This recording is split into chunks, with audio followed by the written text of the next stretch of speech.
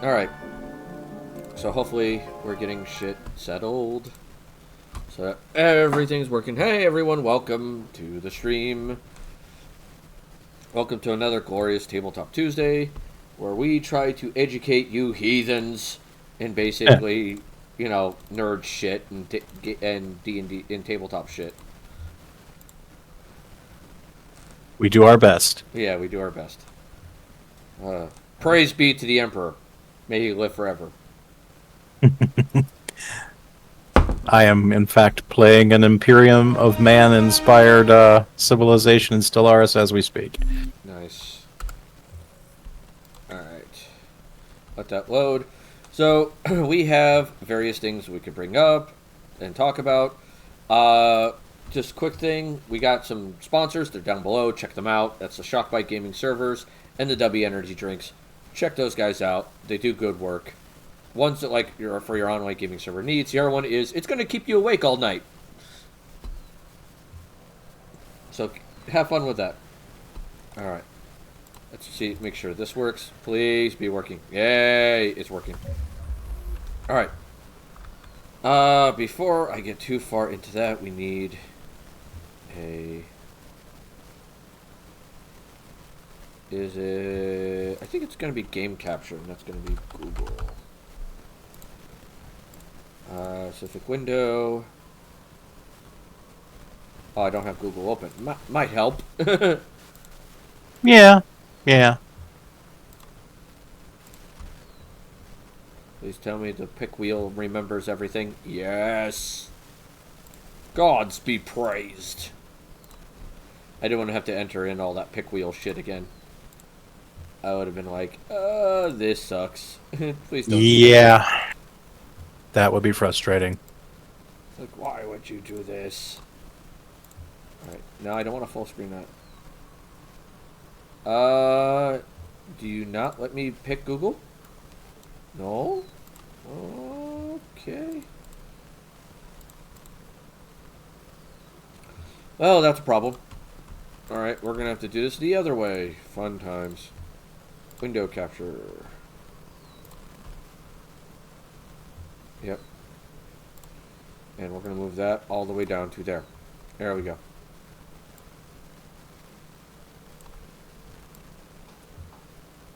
The picker wheel makes its triumphant return. Yes, after one damn month of not doing it, we finally have it back.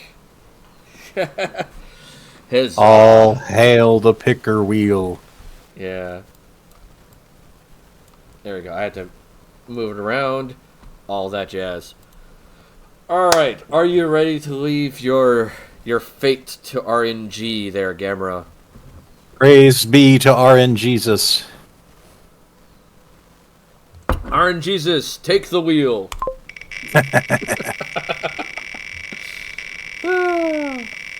Oh god, what topic are we gonna get today? VTubers! Of course. Of course. We just literally started talking about this shit, and the wheel's like, you are going to continue. I mean, yeah. Okay, alright, let me get that ironed down real quick, because we have a list of our topics, and I always label the ones that we've already done red, in case the wheel ever goes bye-bye. Right. And you know what the funny thing is? This is the one that Maisie picked way back when. Yes. I don't think she realized how bad of a time she was about to make us talk about. Because this was going to get heinous. All right. Yeah. So, things about YouTubers. Let's talk about that. One, being a VTuber does have some advantages. I will say that. I became one because I have kids, and they run around in my background, and they can sometimes be without clothing. Yep. Our son has this thing against bottoms. Yeah, my son has a thing about not wearing anything below his waist. Whatever. Kids are kids. These things happen. Yep. So, but I don't want to get banned off of Twitch or YouTube or anything like that because my son decided that he wanted to be a streaker. Yep. So that was like, yeah, no. All right, go forth, my little chickens. All right. So with that being said, that's why I did it. Now, being a VTuber comes with some advantages and some disadvantages. Yes. I mentioned an advantage. One of the disadvantages of being a VTuber is sometimes you get to deal with extra drama Yes. because people are stupid. Well, and I think it's worth talking about, like, VTubers. As you say, there's an advantage in that kind of anonymity that the avatar can provide. But it really, a lot of the VTubers that you see, there are roots in Japanese idol culture, which can be just very, very weird. Yeah. And you have just these incredibly devoted fans, and I mean that's true of, like, live idols too. But the VTuber, The I VTuber guess, fan gives, base can be extra. yeah, extra's a good way to put it. Oh my god, I just saw that happen. One of my cars apparently hit a tree and then did a 360 no scope. Like backflip, all other directions. Like basically gravity decided to take a hiatus. What the hell? Sorry, that just made me laugh. Yeah. Please continue. But no, you've got the fanish culture. You have people who feel entitled to their time, and the avatars give the performers a layer of anonymity and protection. But like I said, you just have really intense and extra is a good way to put it too. Really intense extra fans, and so we've had a number of VTuber related issues in the past few months. And one of those, of course, was the controversy around Hogwarts Legacy. Go to bed! We Sorry. did discuss that somewhat on this channel. Yeah, we have discussed that particular topic and why it was something that needed to be discussed. Yep. Because oh my god, was stupid running rampant in so many directions. Yes. And the other thing that's kind of interesting about the VTuber culture that we probably want to talk about is the idea of VTuber companies or corporations, because that ties into what we're going to talk about a little bit too. Oh yeah, definitely. And so you essentially have these companies that have talent stables of VTubers, and you've got Cover Corp, which is HoloLive. You've got Nijisanji. You've got VShojo and others. And the characters for many of these are owned by the company. So you come on as a performer, they essentially invent a persona for you, and if you ever want to move on, they keep the persona. Like, they don't usually keep someone playing the persona. So they will have what they call graduation.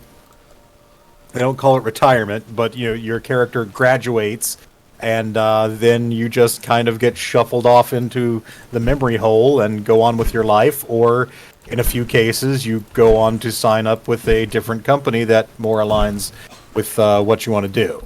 Yeah.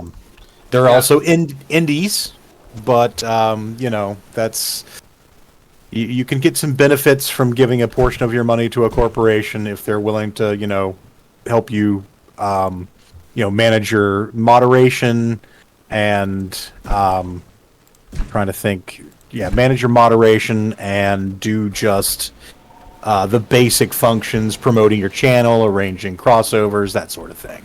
By the way, thank you 420 Musa for the check-in from Hotbox Bullets, Fam, and Smurf Village. But yeah, so there's multiple companies. They come with advantages of that, and the reason why they do the graduation thing and all that jazz is, well, quite simple. They don't want competition. Yeah, most companies don't want to invent IP for somebody to take to one of their competitors. Now, I will say the VTuber space is oddly chummy. Like, you have crossovers regularly between VTubers of one company and another company, which I still haven't wrapped my brain around yet, but Japanese companies have long been a little more friendly to crossover stuff than, like, American companies. Yeah. And less, like, just violently protective of IP stuff. Yeah, So, I've noticed that. The downside, though, is with that comes like because they do all that networking for you and things of that nature. yeah. You run into the wonderful problem that is drama. Yes. Danny? And therein lies our discussion for today when it comes to VTubing is VTuber drama. In this case, there's a couple of VTubers who are, I'd say, fairly popular. I mean, Nyanners in particular has a big niche. I don't know about Vibe, and who was the third one that left? Give me a second, I can look that up. Yeah, Vibe, Nanners, and let me see it. Come on. Silver Veil. Silver Veil, yes. She's a big one. Go to bed. She's pretty big. Yeah, that one I've heard. Like I've heard of Nanners, but I've heard of Silver Veil more. I've never heard of Vibe. Not I mean, once. I'm a little more into the whole scene, so I've heard of all of them, but like the only one whose content I've ever actively watched is Nyanners. Yeah. Yeah, and out of the whole situation, I've seen the reason why they're leaving VSojo is they want the ability to say certain words that VSojo is not okay with. Yes, and it's worth noting at this point that VShojo is kind of the exception to the rule for like IP rights. If you leave VShojo, your character stays with you Yeah, because they were founded by multiple independent VTubers. Yeah, and their mental processes through the whole thing is they're there to help people grow as VTubers. Right.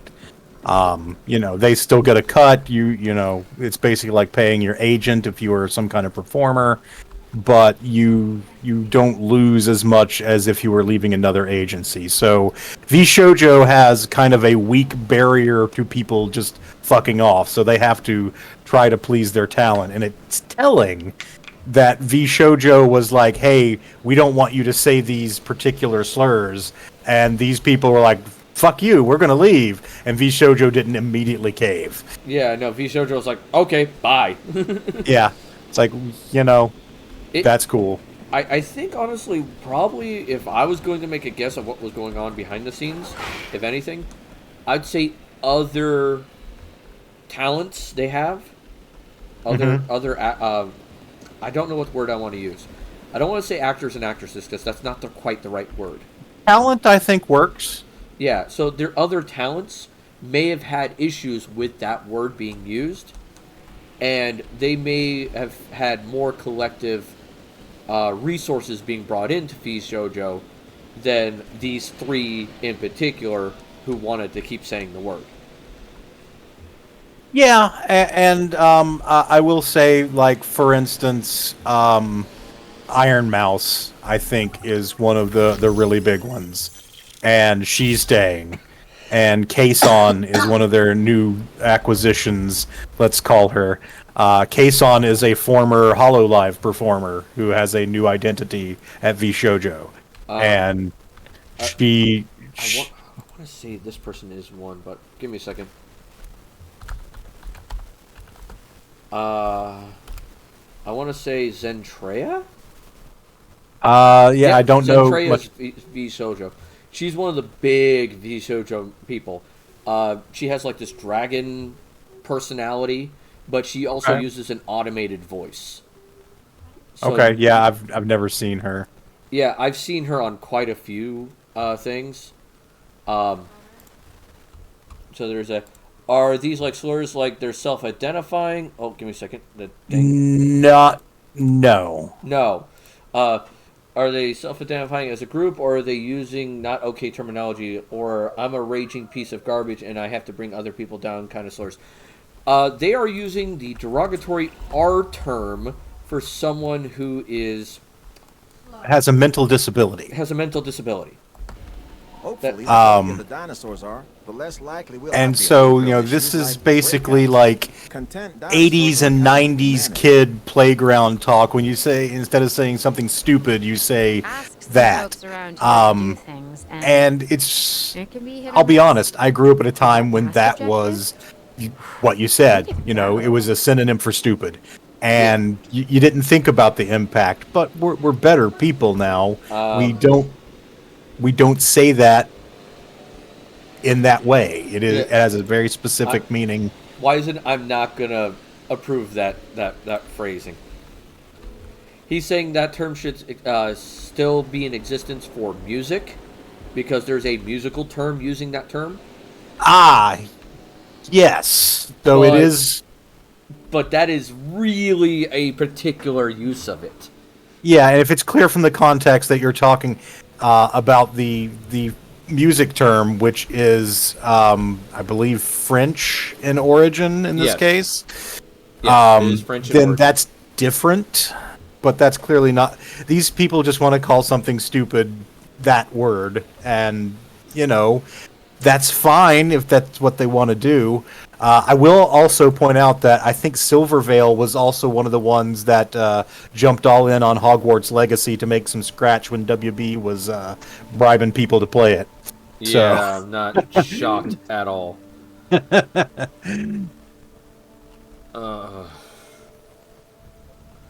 I there are some cases that just it aggravates the everlasting bejesus out of me, and Yeah. I try not to be that angry all the time. I mean, Wizen, I get what you're saying there.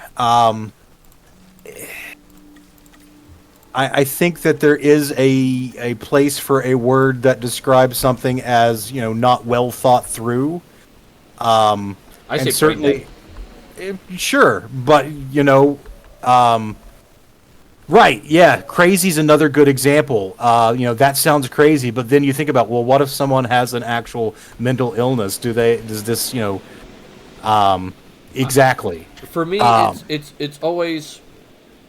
I've always taken what is said into the context of what is being said at the time. Sure. Like these kind of discussions, unfortunately, you have to consider the context of the use of the word. All right. Now, if you use that word or a word, and someone tells you, "Hey, don't use that word," and then you don't stop, you're an asshole. Yeah. But if no one has any problem with the use of that word, and it's not a common problematic word, then yeah, just let it fly. It's fine. It's not the end of the world. Yeah, if you have someone like, I will say, wow, that sounds crazy, and not think about it. But if someone says, hey, I have a mental illness, I don't like, hearing the word crazy. You absolutely don't use that word around them, because even though the word itself has a linguistic use other than to be, describing someone with a mental illness, you don't want to hurt your friend's feelings. Yeah, don't be an asshole. I think that's how it basically breaks down into is just don't be an asshole. Yeah, it is marvelously simple when you get down to it. But yeah, crazy, stupid, dumb. These are other words, but this one in particular, I think, has additional history. The R word that we're talking about, because it was used to stigmatize so many people. Like, yeah, you can call someone stupid, and that's an insult, and people have been called stupid, but this has been used systematically, I think, is what I'm trying to get at. Yeah, that's a good word, systematically.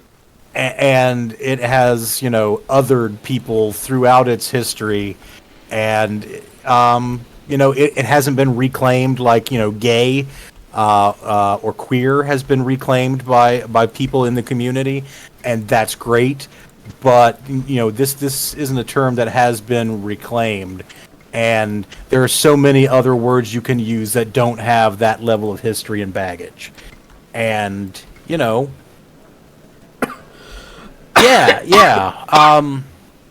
And like I said, there's so many better ways to see that, to say that, and also, probably it was overdiagnosed by people who are just like, I'm done. We've spent enough time trying to figure this out. We'll just write a generic diagnosis and move on. So yeah, it's disappointing. Now, I don't know that Silvervale is on the same boat. You said that this particular situation was Nyanners and the... Yeah, Silvervale is in it, though. But the particular desire to use the R word, I don't know. Was she in that club? Is that why she left around the same time? It's according to what it's being said, yes. Keep it up. Okay, well... That's what I'm finding, but it's, once again... This is, of course, subject to a rumor mill. It is potentially... Better be in bed, bro. It is just potentially, some of this could be not true or exaggerated, but basically the most light touch VTuber organization had 3 of its notable talents leave. I think one of them was a founder. I think Silvervale was maybe a founder of think VShojo. Silvervale... Oh, hey, there's a trending Silvervale. Holy shit. Go figure. Leave that in your room. And... Sorry, I lost my train of thought there for a That's fine. second. Yeah, it just... They all left around the same time, and people were very cagey talking about it, like the ones who stayed, the ones who left. They really weren't really openly talking about why, just alluding to contract disputes. And, from an outsider perspective, it's like, okay, well, maybe VShojo's asking for too much money. Really didn't have a clue what was going on. Hey, Kev, I'm doing alright. I'm trying to still recover from this damn head cold.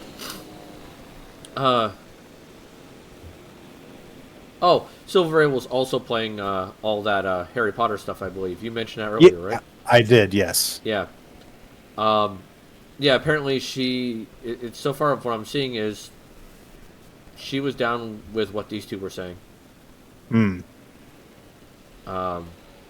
So apparently that's what's being said, but who knows? But one person, apparently the V1, whatever is it, V-Bay, tried to disarm the situation with, my stream is not a safe space. Oh, wow. Yeah, she went there. That's special. Yeah, it's like, look, I will say it for me, alright? The subjects and shit we talk about here may not be the best things to talk about for most people. And I get that. And if you have trouble with the subjects we're talking about, by all means, let your discomfort be known. Otherwise, we don't know you're upset. Alright? We are not psychic. We do not read your mind. We do not have the power of techno, the techno mages from frickin' Babylon 5. We can't read you through the computer. It's not a thing. Alright? Yeah. So, I don't really consider this like a super safe space, but I do consider it a common sense space. Where we do talk about some off topics that can make people uncomfortable, but at the same time, we're not assholes about it. Right. If someone tells us they're uncomfortable about something, we're going to change the subject. I particularly do not like making people uncomfortable. I will make jokes that may offend some people, and I will apologize to those people if they are offended, and try not to make the same joke in their presence. And honestly, if it's something that I just haven't thought about and I acknowledge, like, yeah, that could be bad for a lot of people, I just won't make that kind of joke ever again. Yeah.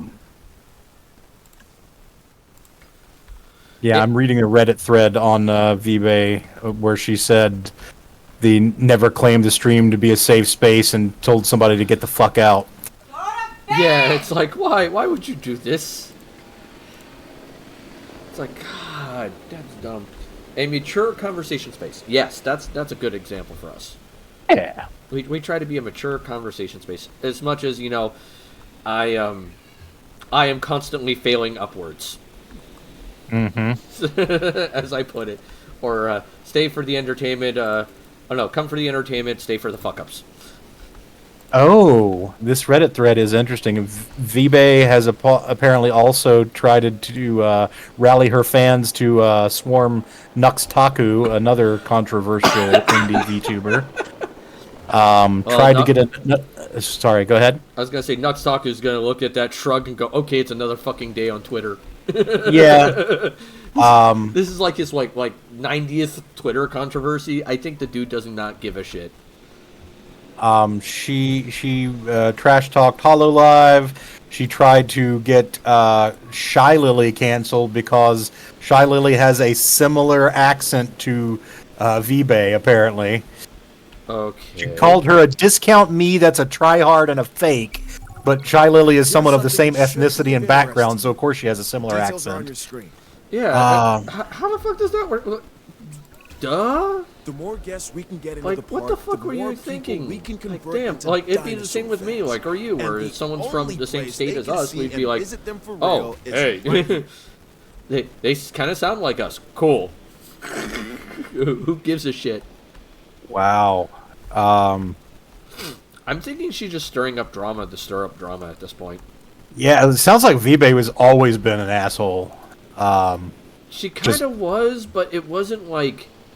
How do I put it? It wasn't terrible. It wasn't to this level. If I'm making sense. Well, sometimes just brain rot sets in, Yeah. Unpopular opinion. If your identity is living on a chunk of land, you need a new identity.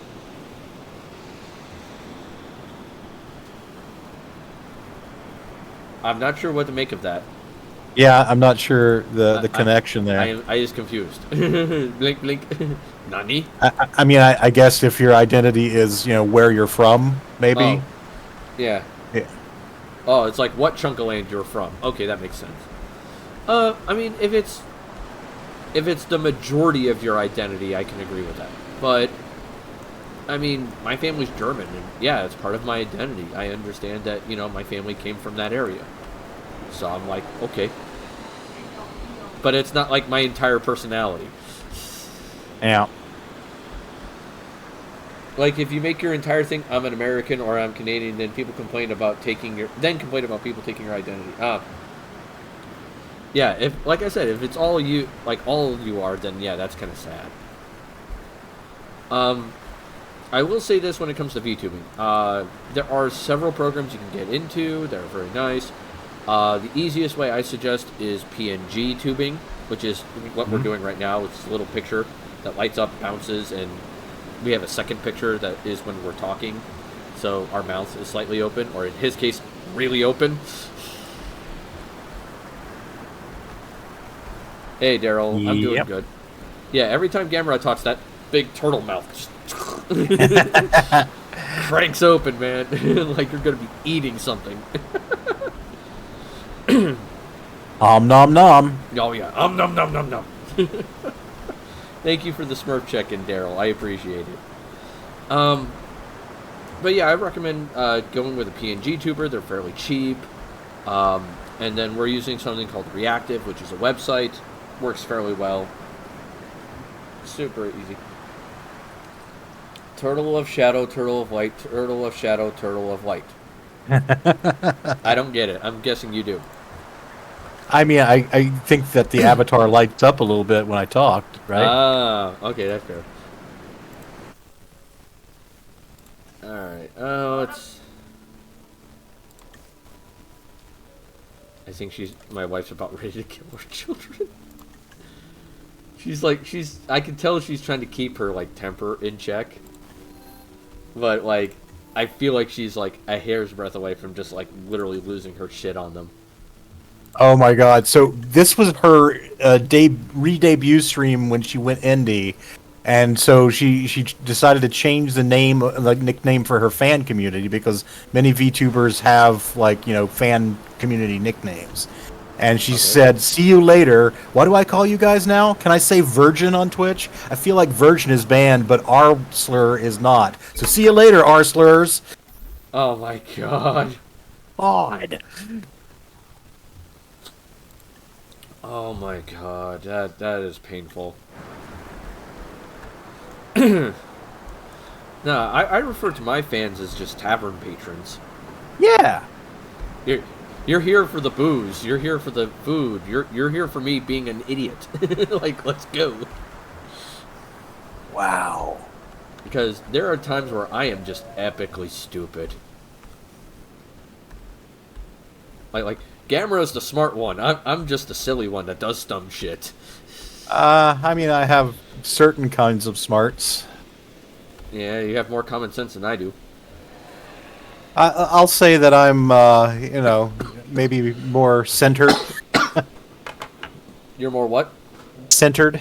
Centered. Oh my god, it's like a real life Jay in Silent Bob. I'm taking it back. Oh. The lady Yeah. off, I mean. Oh god. Jesus. Oh. That hurts. Oh, I thought he was I thought Wyzen was calling us a real life Jay and Yeah, I Silent know. I was Bob. about to say, wait a minute. What is that? Us or is You're clearly Jay. Oh yeah, I'm clearly Jay in that regard. I have expected you now to look at someone and go, no ticket. I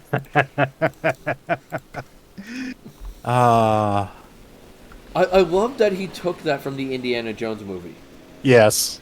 That was like, out of all the lines he could have quoted from an Indiana Jones movie, he sides on that one, and I'm like, that's priceless.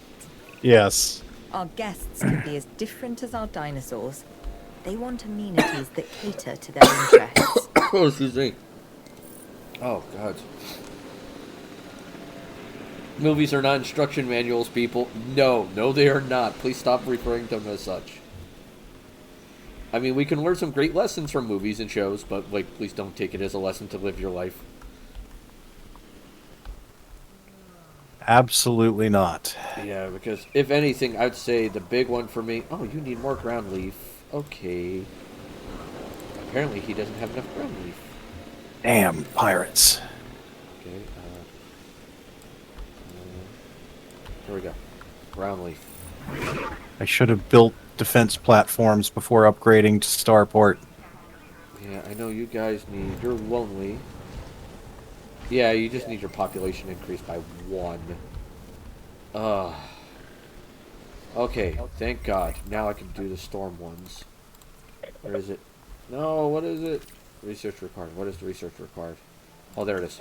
I want it. But, yeah, it seems very likely now that Vibe felt like her contract with V-Shoujo was holding her back, and while we don't have confirmation on Silvervale or Nyanners feeling the same way, Nyanners has apparently voiced her support for Vibe, and Silvervale, of course, had the Hogwarts Legacy thing, so it's just like, okay, they were trying to barely restrain you from things that could get you banned on Twitch and for being assholes, and that was too much restriction. Apparently.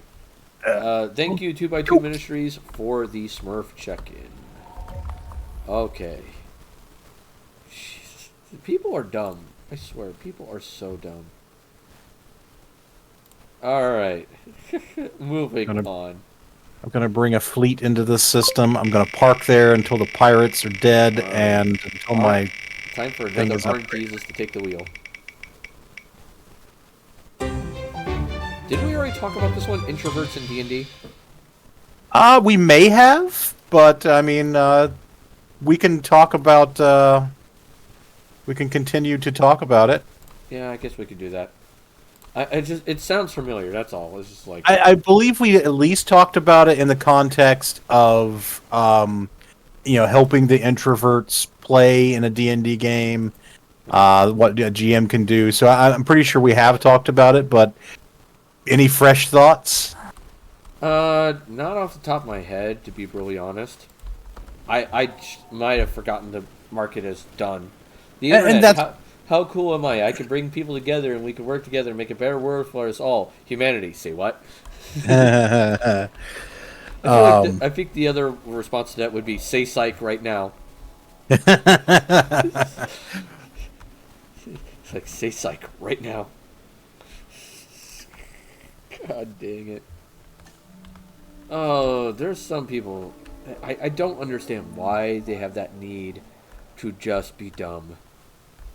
Well, and you know, I think some people get off on being edgy or provocative. It's like, ooh, I'm doing something that people don't want me to do, and you know, okay, grow up. That's cute. Welcome to being an asshole. All right, congrats. I just some people I don't get. Thank you, Haven Knight, for the still supporting. I appreciate that. Oh, one of my neighbor powers jumped into the system with the pirates and took them out. No, that helps. That was a freebie. Thanks, guys. I will say with introverts, if the only thing I can think of is the only additional information I learned was you got to find an environment that works for them. Sure. Some of the introverts I've been dealing with, they do better online than they do in person. Yeah. And so that may help them out because they're in a more comfortable environment. They can leave whenever they want to. The biggest thing I request from all my introverts is, hey, if you're going to leave, let me know. Yeah. So that way I know that you're not coming back. Or if you need like Yeah. 10 minutes. Yeah, or you need some time and you need to chill. Like, that's fine too. But it's just like, at least let me know. That's all I ask. Yeah. Don't go full ghost instantly. Yeah, because that makes me think that maybe something happened to your internet and I should wait like 10, 15 minutes for you to come back. And you never do. Yep. It's like, come on. That's not cool.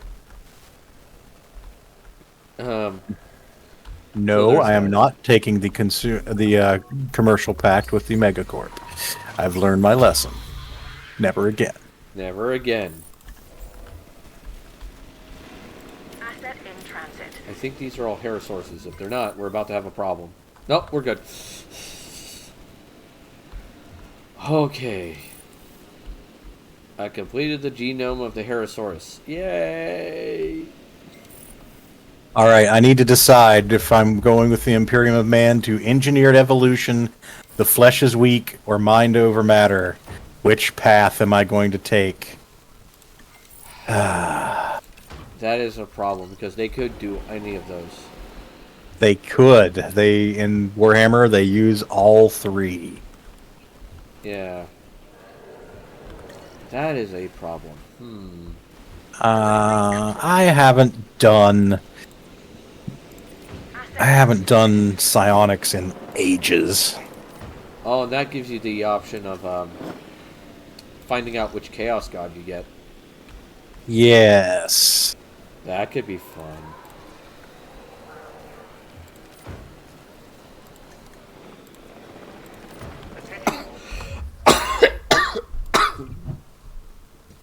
Alright. You love psionics. That's what Wizen says. He loves psionics. I can see that. Psionics is not a bad choice. It doesn't work with every empire. Yeah. But they have improved things for psionics. Oh yeah, especially with the new leader thing. Yep. I'm incredibly OP in 5e. Incredible. F it. the typing device decided to not work for Wizen today. Yep. It was like, screw this man in particular. I remember seeing a video where it showed like 6 lightning bolts hitting the same spot, like one right after the other, and it was just like And then someone went, screw this man in particular. And they actually wrote it up as a D&D spell, like, F this one man. Yeah. It's like, oh, shit. Do you ever watch XP to Level 3? No. Well, yes and no. Well, I don't mind one being of- called he, but not a man. Okay, my apologies. one of the series of videos he does is reviewing homebrew content on D&D Beyond, particularly the low-rated homebrew content. Okay. And there was he was doing spells, and there was a spell that someone had to put up there that was like 9th level, and it summons an ancient primordial being that does like these beams on the one target who has to make 4 deck saves, and each failed deck save they take 40 d6 damage, half if they pass. And he's like, you should just call it fuck this guy in particular. Yes. This one guy gets fucked. Have a nice day. It's like, damn, dude.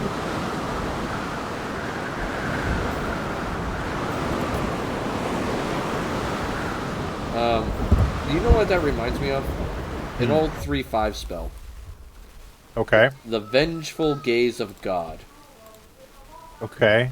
Did you ever read that spell? Doesn't ring a bell. It is a single target spell. It is a level 10 spell. Okay. So it's in the Epic level handbook. Okay. So this is officially released combat content. Yeah, but at epic level shit. Yeah. So. It does 306 d6 damage to the target. You take 106 d6. Or you take 100 d6. Okay.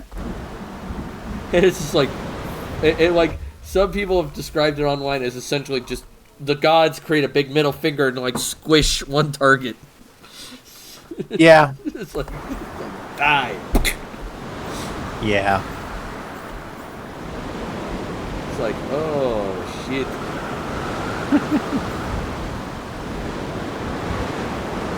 Oh, it is terrifying. Workshops in front of her door, so we can't get to her easily. Oh, joy. Ah, construction templates. Very nice. Alright, let's see what we get now.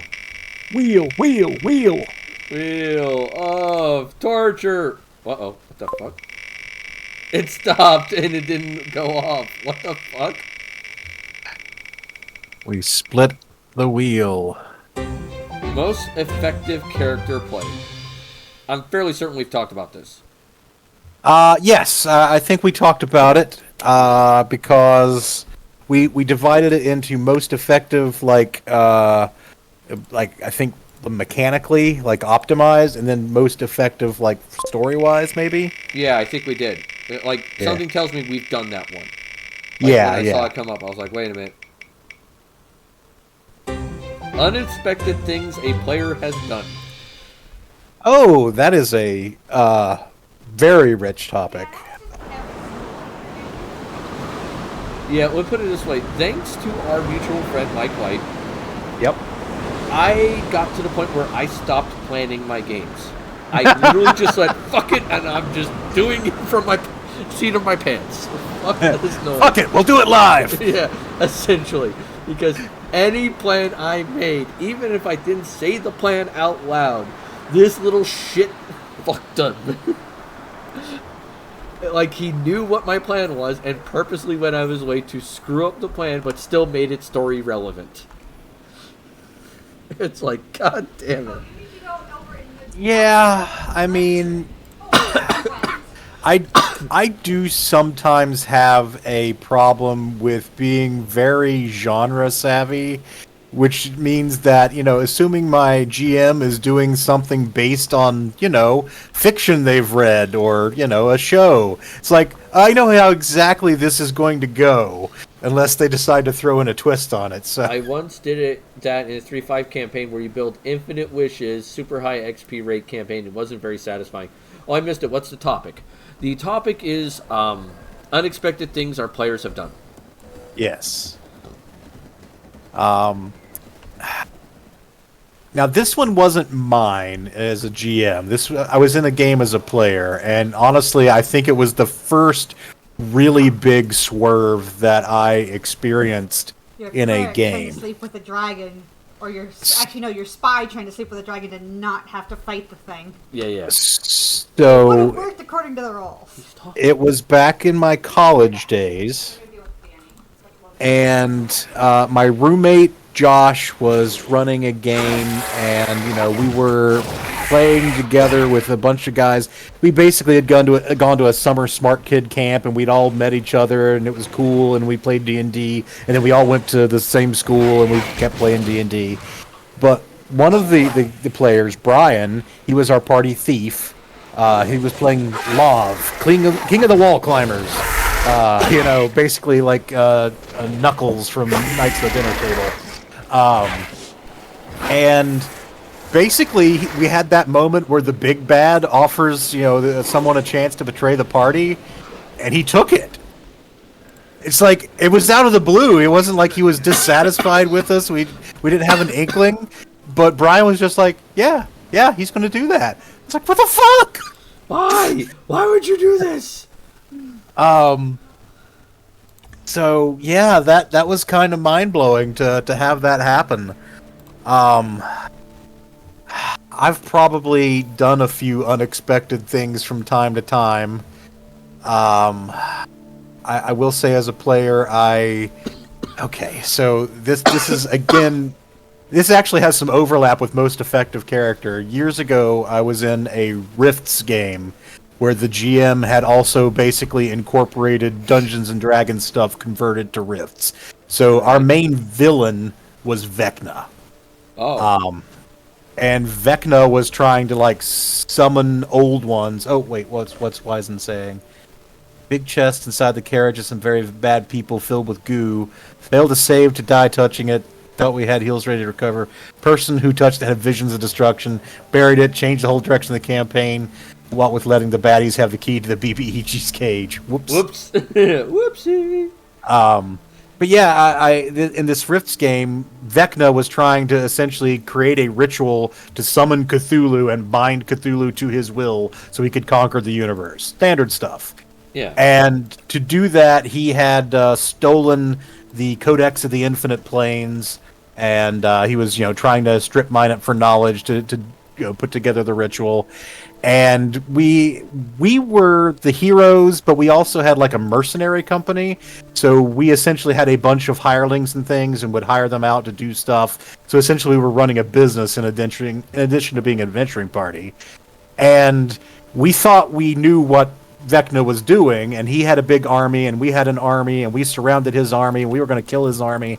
And as it turns out, that's what he wanted. Because if you're not familiar with Rifts, when something dies in Rifts, it releases its life energy in the form of potential psychokinetic energy that can be used to fuel magic. And in the moment of death, a being's psychic energy, PPE it's called, in the moment of death, it doubles. That's why people do sacrificial rituals.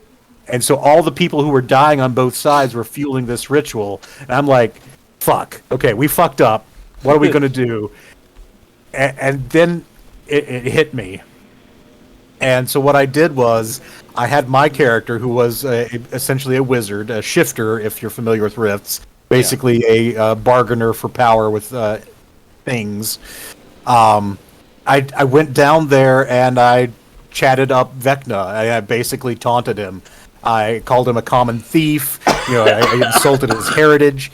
And the thing that I was exploiting was that in Rifts, you have a standard magic protection spell. It's kind of like mage armor, but the catch is it has a blade of hit points. And so, you cast a spell and it has 200 mega damage or whatever.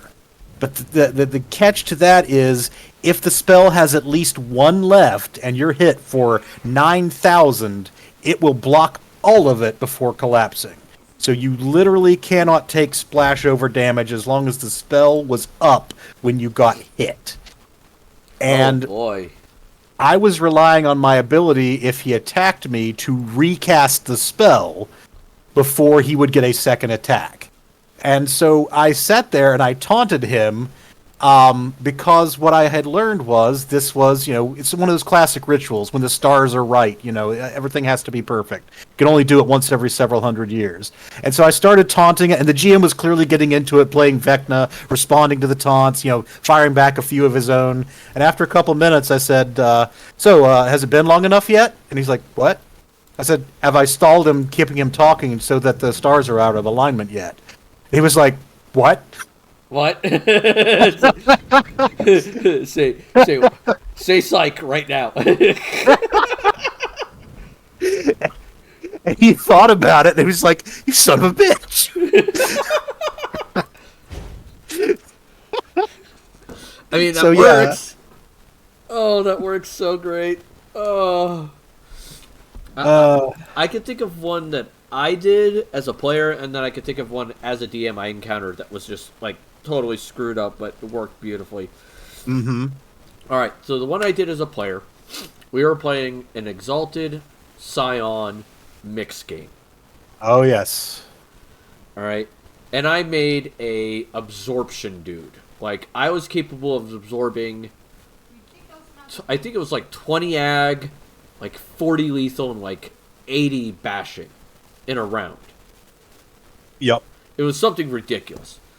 But towards the end of the game, I ended up getting a power from the Scion group that allowed me to reduce all damage taken in that round to 1, and then I applied my soak. Yep. But it required 15 energy to do it. Mm-hmm. Which is a lot. Well, the DM, our GM in this case, did not realize he also gave me a power that absorbed water for power. Yep. And so I asked him, he goes, does blood count as power? Yes. That count as water? And he goes, technically, yeah. He goes, it would. I go, okay, awesome. He goes, what? And I go, I am going to absorb the blood of all the enemies in the area, and I am, as they are dying, or I'm killing them in the process of doing this. Right. And I'm going to proceed to keep powering myself this way, and the party could not kill me. Yeah. And oh my god, did they get lividly pissed. Because they got so used to just running over everything. And now they couldn't. It was just like, how dare you do this? This is not cool, not fair, da-da-da-da-da. I'm like, not my fault. Yeah, we're all broken characters, man. Just it just so happens I'm broken in a way you can't kill me. Yeah. It's like, congrats, you're going to have a bad day. I have to share another brief story relating to the same Rifts game I was just telling you about. So, one of the things that we did at one point was we befriended an orcish wizard that had been borrowed from World of Warcraft, at least in name, Gul'dan. Oh, yeah. And he was sort of a friendly rival to certain members of the party. AP! Hey, AP. AP. We were in like a bar or something, and apparently the GM had decided that one of the things that the cool, powerful wizards do is they play in games of high card with a tarot deck of many things. You're basically gambling with the side effects of a tarot deck of many things. That is terrifying. Here's the funny part, and I did later tell the GM about this because it was absolutely fucking hysterical. So the thing about the tarot deck of many things is, if you're not familiar, it's from, I think, 1st or 2nd edition. Yeah, I remember. Is the cards are both good and bad. It depends on whether they're presented face up or upright or inverted. Generally, inverted is bad, and if they're not inverted, they're good. The thing is, we were doing this with an actual tarot deck because this particular GM was of the Wiccan faith and liked Alden's trappings. The card's back pattern was not symmetrical, so I could tell which way was up. Oh my god. Oh no. So we played that, and my character was playing it. I was pulling the cards, and I was very carefully turning some of them and not turning some of them as I turned them over, because I knew which way was not inverted. And so the GM was like, "How are you so lucky?" Oh God!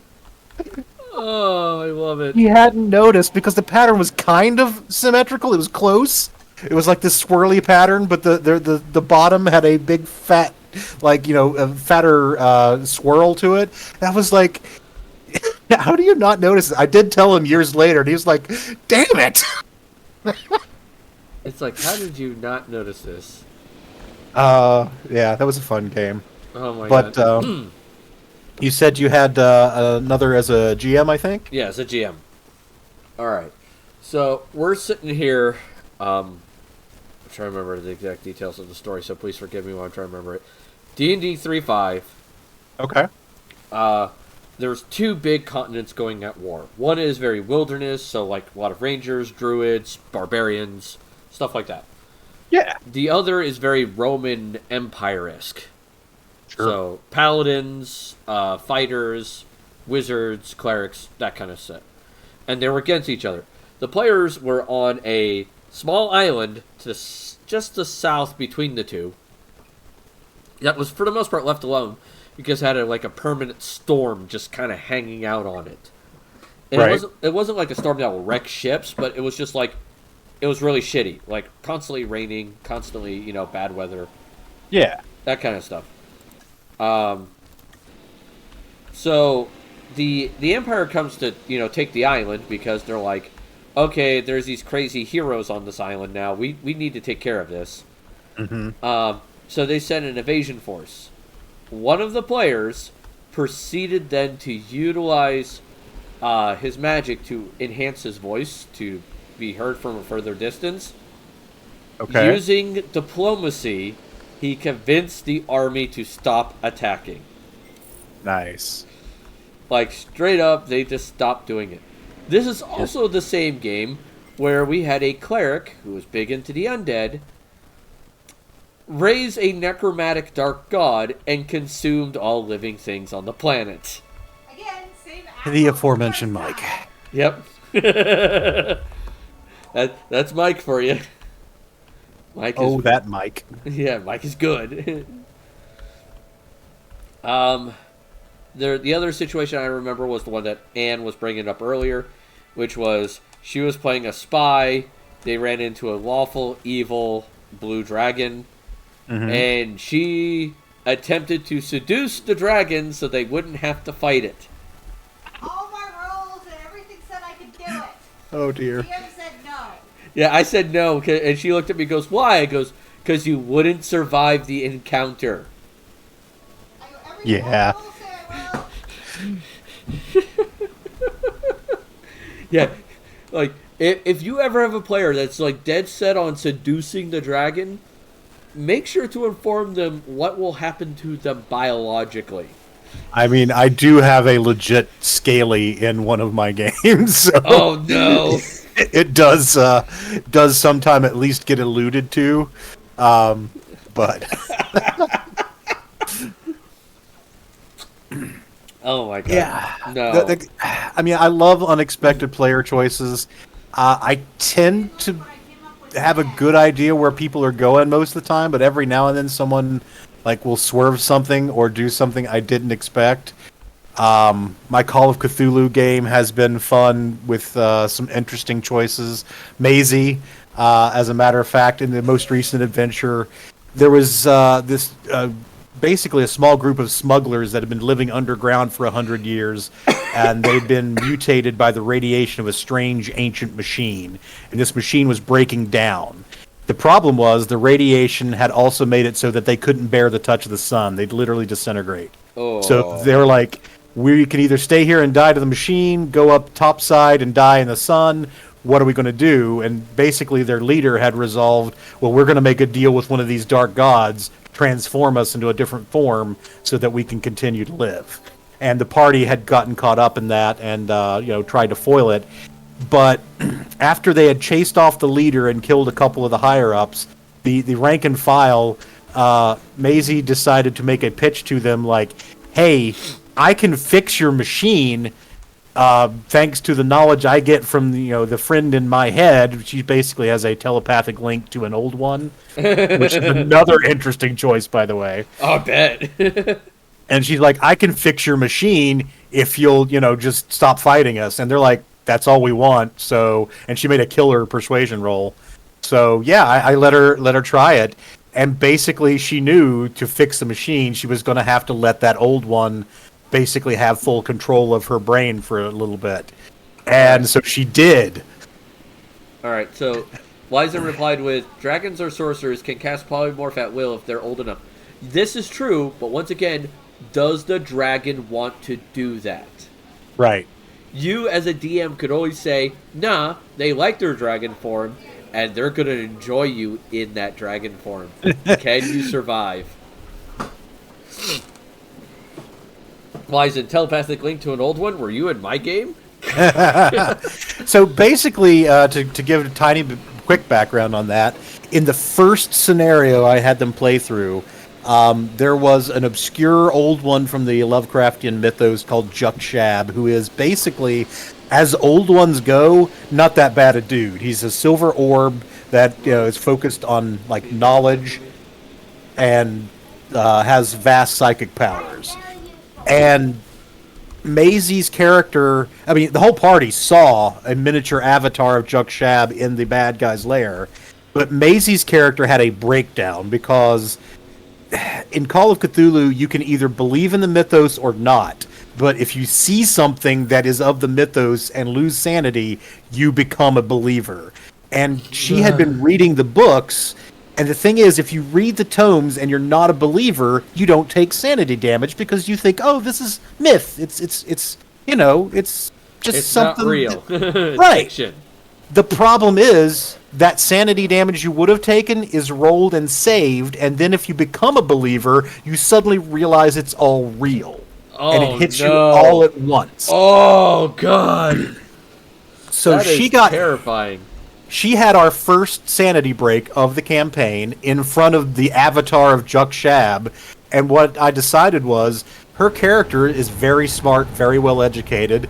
I decided that Juk-Shab had taken an interest in her, and so he sent her a dream after the session and taught her a spell with which she could commune with him psychically.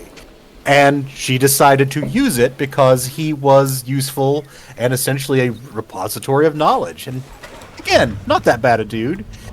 The problem is, as they just found out, that spell that I gave them opens a channel between her brain and Juk-Shab, but never closes it. So every time she's cast it, she's essentially opened more bandwidth for Juk-Shab to be in her brain. Oh, my God.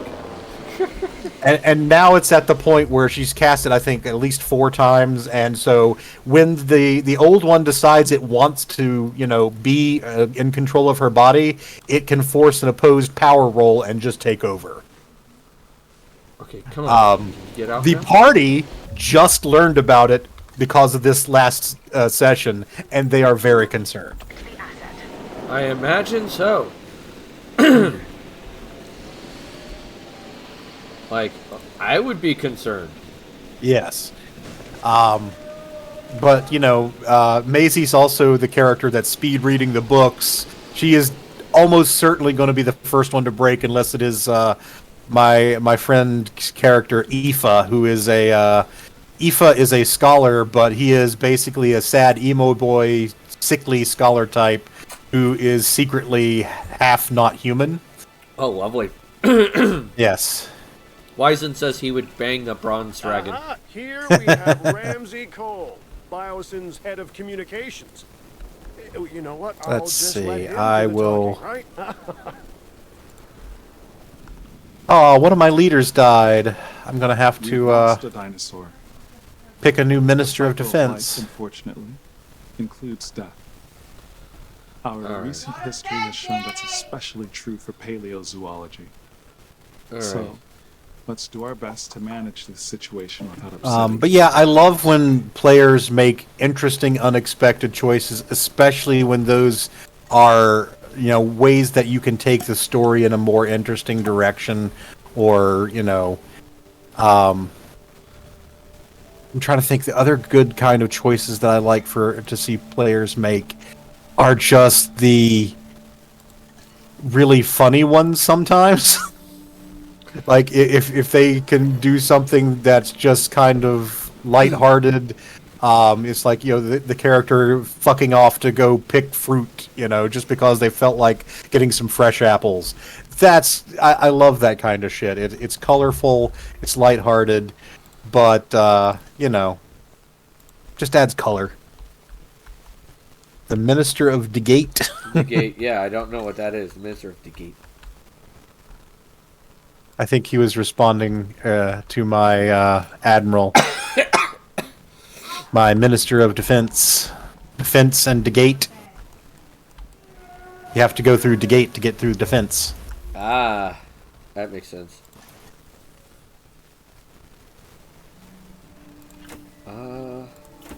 Let's get colonial bureaucracy. It'll be a quick pickup. Oh, they're all blank. I hate it when that happens. Hey, never be ashamed of a dad joke. Yeah, the suit tops. Alright, what does the new set tops require? Social is 2 to 3, which makes me wonder, how many do I have in there right now? 1. So I could get 2 more. Cool.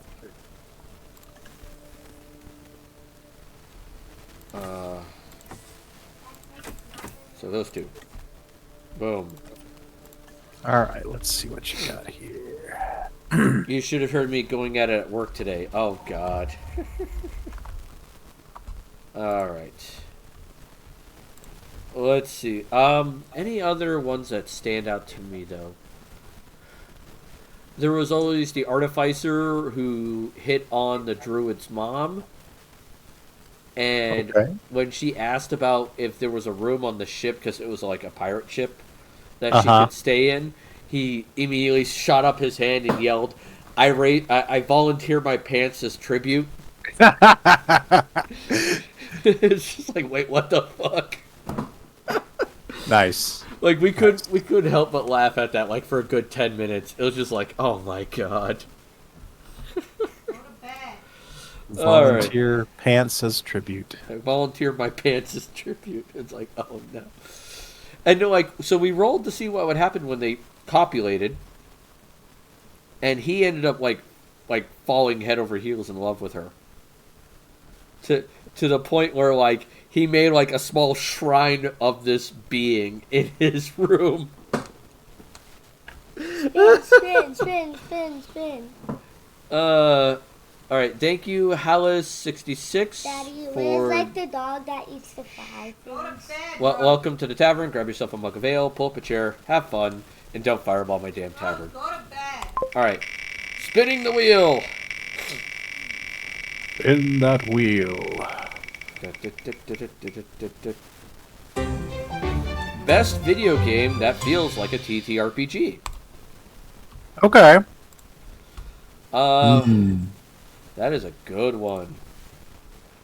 AP's like, I volunteer my pants as tribute.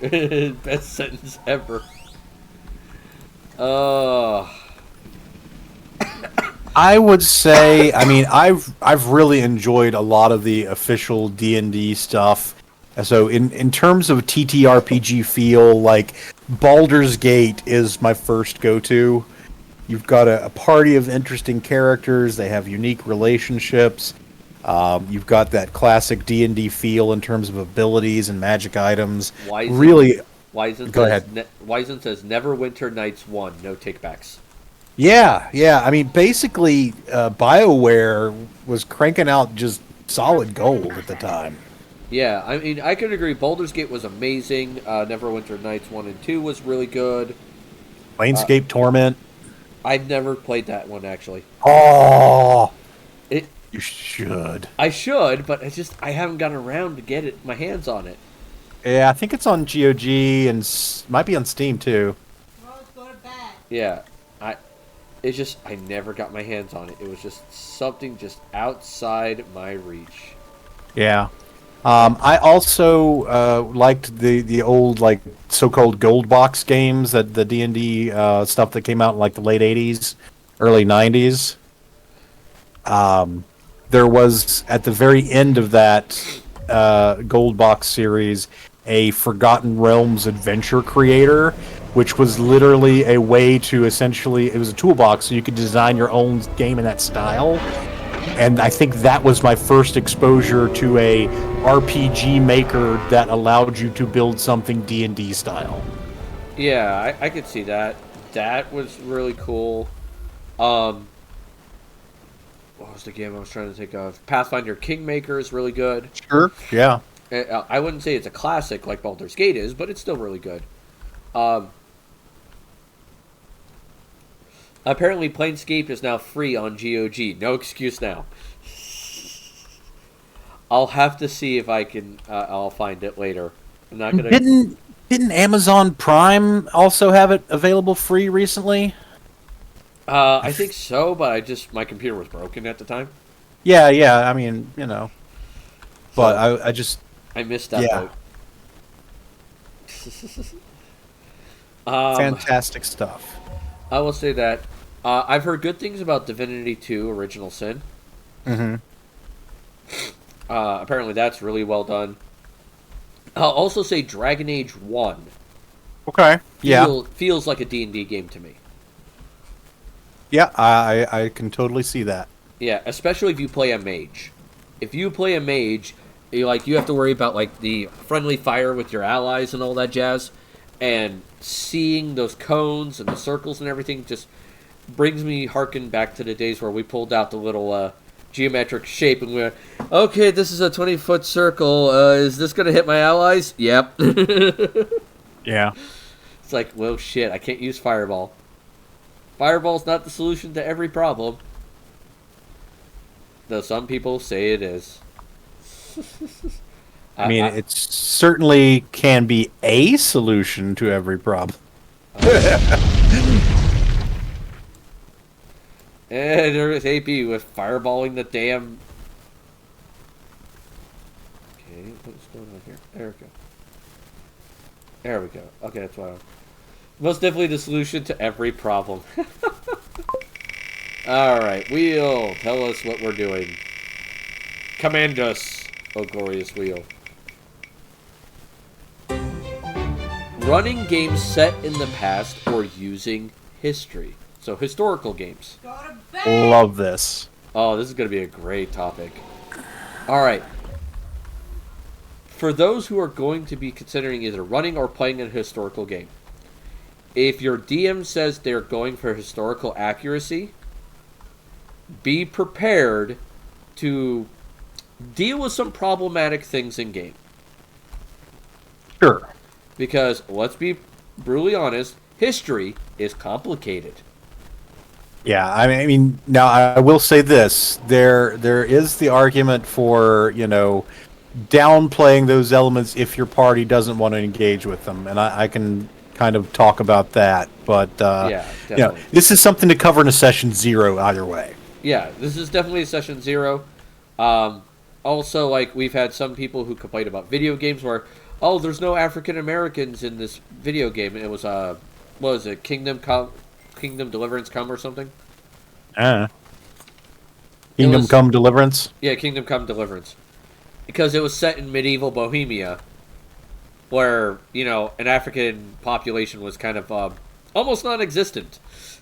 Well, I mean, I will say this. There were more people of color in, like, medieval Europe than a lot of people think. Oh, that's true. But I'm not saying, like, I would say it's okay to not have that in a game like that, because they're not that common. Well, and I would also counter, though, that, it certainly doesn't hurt to add them in. Yeah. Well, like I said, it depends on how historically accurate your DM or GM is going. Right. So, yeah. Yeah, what I would say is, though, that historical accuracy in and of itself isn't good or bad, except as it relates to the fun that your players are having. Yeah. If historical accuracy enhances your player group's fun, great. If it hurts your players' fun, toss that shit out the window. Yeah. So Another yeah. thing I see people argue about is firearms in D&D. Like, it's not historically accurate for firearms to exist in medieval period, and I'm sitting there going, but they've been around since 1000 AD. Right, and also dragons didn't exist in the fucking medieval period either. Yeah, so it's like, fuck it, man. And so, yeah, as a little side coda to this topic, do not apply historical accuracy arguments to Dungeons and goddamn Dragons. I will smack the shit out of you through the goddamn computer. Tell me how you really feel there, Gamera. Damn. Oh, God. It's not historically accurate for you. This is a game with elves and dwarves. Shut up. Goddamn neckbeard. Oh, that makes me laugh so hard. I love, like, the few times where you get livid like this is just fucking hilarious. It doesn't happen. What was the one the other day that someone was bringing up? I was having a discussion with somebody, and they were talking about, that's not how genetics work. I'm like, you're talking about fantasy species. We don't know how the genetics work here. We don't even know that there are genes. Yeah, I think that was Marsh. That might have been Marsh. And I was Maybe, I don't know. It's just like, you're making assumptions, and I understand why you're making assumptions, but you don't assume everybody else is making the same ones. Yeah. The only issue I've ever had with races and genetics was 5e's take on it. I don't like the sorry, not 5e's, the 1D&D's take on it, which is you get all your traits from one parent and one parent only. Yeah, I mean, it's simplification. It is simplification, but it is so damn stupid. It's I've seen other systems make it just as simple and make it way better. What, Rose? Okay, let me turn it back on. My daughter accidentally turned off her Pandora. If I could turn it back on. Jesus Christ. Phone, stop fighting me.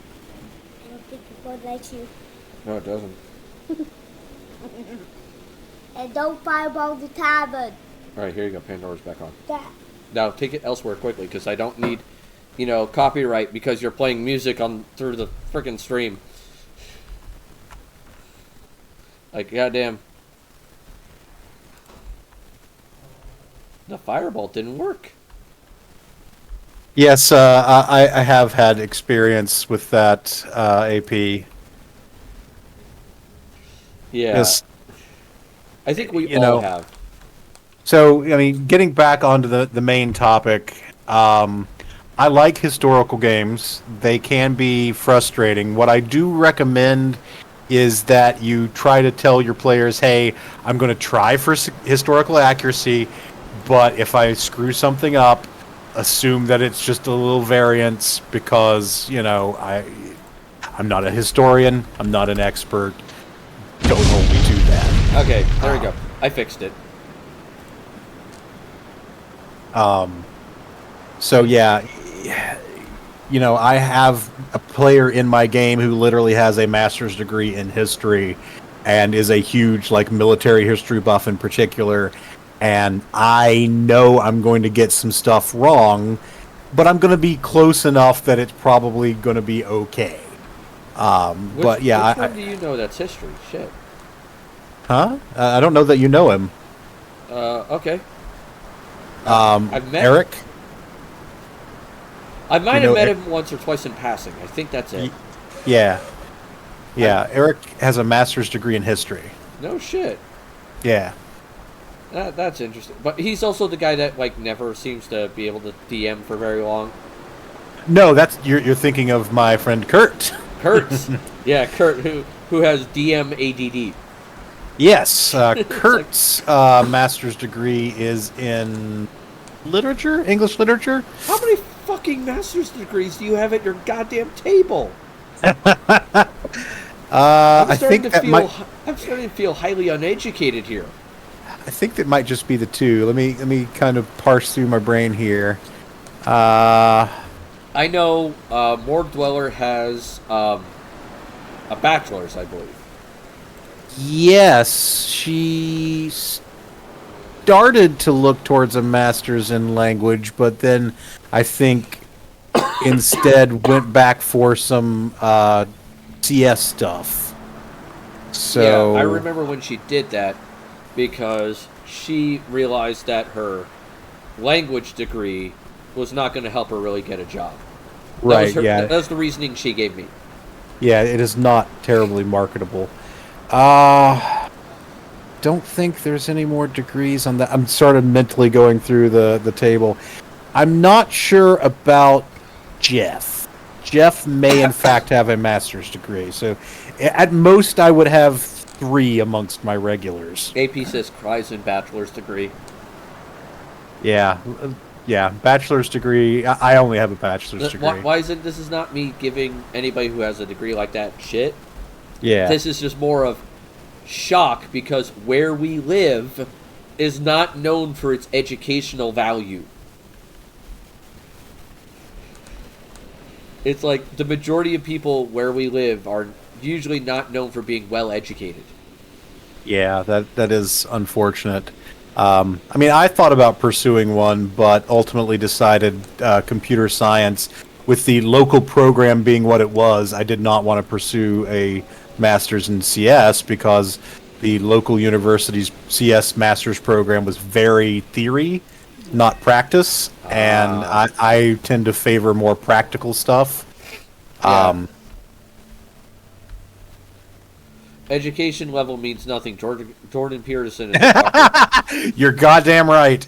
And PhDs are some of the dumbest motherfuckers I've ever met. I swear to God, like, I have met, because I work for a university, so I've met people with PhDs. My wife works with people with PhDs. Uh-huh. And we can tell you right now, their ability to survive in the real world is practically non-fucking existent. Yeah, I mean, I'm sure that there are competent, well-rounded PhD people out there. There have to be. But where are they? They're not here. Many of the ones that I have met are so hyper-focused, and the other thing is that PhD has become an albatross around their neck such that it's given them this inflated sense of self-worth that, like, I've got a PhD, therefore I'm smarter than you and more informed than you about everything, not just my discipline. I worked with a lady a little bit who had a PhD in, like, education, and, like, she was trying to tell me shit about CS, and I'm like, lady, you are way off the reservation. Sorry, that is a bad phrase. Way out of your expertise on this one. You are so far outside your league that you are now playing single A ball instead of triple. Yeah, and it's like you I'm sure you're good at designing education type programs, but when it comes to actually determining what's an effective method to develop software, maybe defer to someone who has a degree in that. Like the biggest argument I've had with people, because like I have an associate's in IT, so yeah. I like where AP's sitting there crying in bachelor's, I'm crying in associates here. There's nothing wrong with like a 2-year type program degree. We need people who do things that don't require going to school for 4 years. That is not the end all be all. Oh no, don't get me wrong, but I've run into people who have PhDs in various topics. Mm-hmm. And like you, they seem to think they know more about computers than I do. Right. And it's just like I'm sitting there going, excuse me, what's your degree in again? So like, the example I've always given them is, would you call your lawyer to do surgery?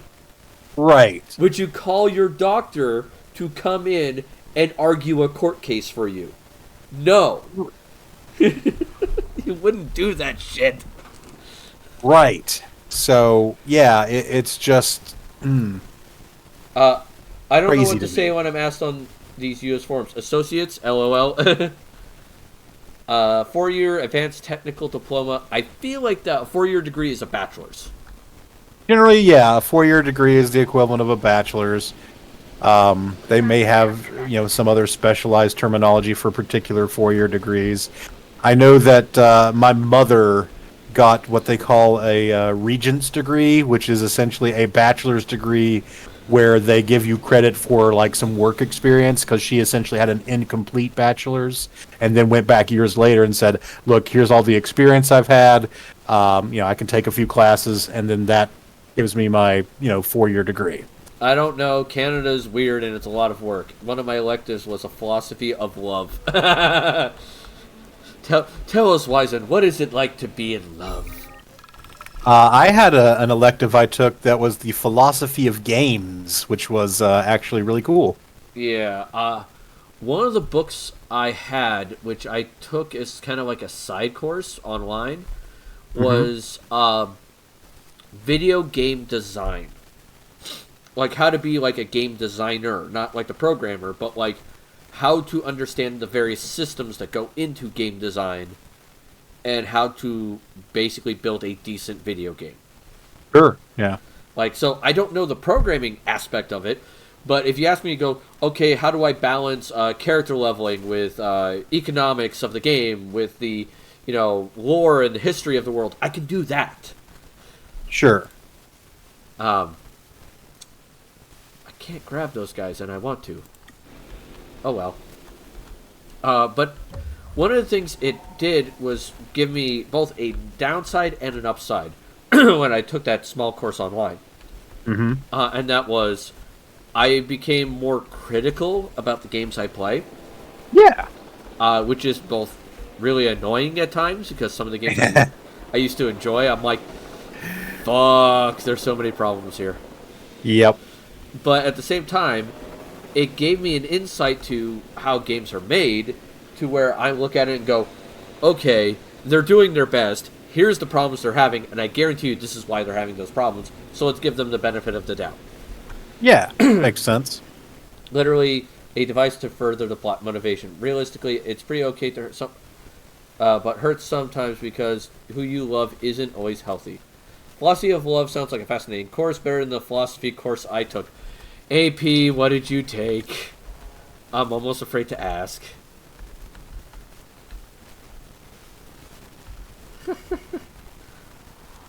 Though I would say if all of the classes I took in my associate's degree, the class that stuck with me the most, surprisingly, wasn't an IT class. It was the critical thinking and current events class. Sure, yeah. And the reason why it stuck with me was, one, the teacher was amazing. He was a lawyer, and while me and him had a difference in politics, he was willing to discuss it in a constructive manner. And we also had to do debates, and the big thing that stuck with me through most of his classes was learning about all the wonderful logical fallacies and how they work. Yeah. That was entertaining, to say the least. And I still use it online frequently when I get into arguments online and go, that's the logical fallacy of composition, or that's the logical fallacy of the straw man. Well done. Yeah. It's just like, Absolutely. oh yeah, it's a blast. Just swerve us back towards the topic a little bit. Yeah. I like historical games. You can also, as a side note, you can do a pseudo-historical game. It's like, this is sort of like Roman times, but it's not actual Roman times. I'm just shooting for the feel of Roman times and kind of capture some of that. A good series for that is Assassin's Creed. Sure. Assassin's Creed pseudo-fits the time, but you can tell there's some obvious changes. Right, but I'm focused on the TTRPG side really for the moment. Well, yeah. I was just using it as an example. Sure, yeah. Damn, AP, that sucks. Oh wow, that does suck. So yeah, I've done historical games a number of times, and I'm trying to think the furthest back I've gone. The thing to watch out for historical games is kind of twofold. One, try not to make it so far removed from your own experience and your group's experience that it's hard to really relate to and get a hook into. I mean, like, Dungeons and Dragons is pseudo medieval times, but there's, a lot of Renaissance elements. There's a lot of fantasy elements. And so it's not really trying to be a specific thing. And so it's easier to just go, it's its own thing.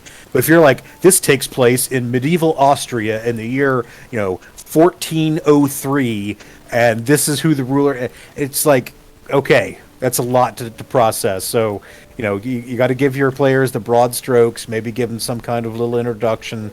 I tend to want to, write up at least a page or two to give them about a historical period. So what's the farthest you've gone back for like a historical game? All right, so you want historical accurate, or do you want just historical? Well, I mean, the farthest back era that you've done in a game that is largely historical, it doesn't have to be perfect. Like D&D, I think would be too much of its own thing. The furthest back I've gone historically was a Aberrant game. Okay. Where the players got to time travel for a bit. Okay. And that's also fun. Which is also fun, but it did go historical, I would say. Yeah. And the furthest back they went was ancient Egypt. And the reason why I went there is because while I'm not an Egyptologist, like Melissa in Denial is, I am more well-read on ancient Egypt than I am on other historical time periods. Okay.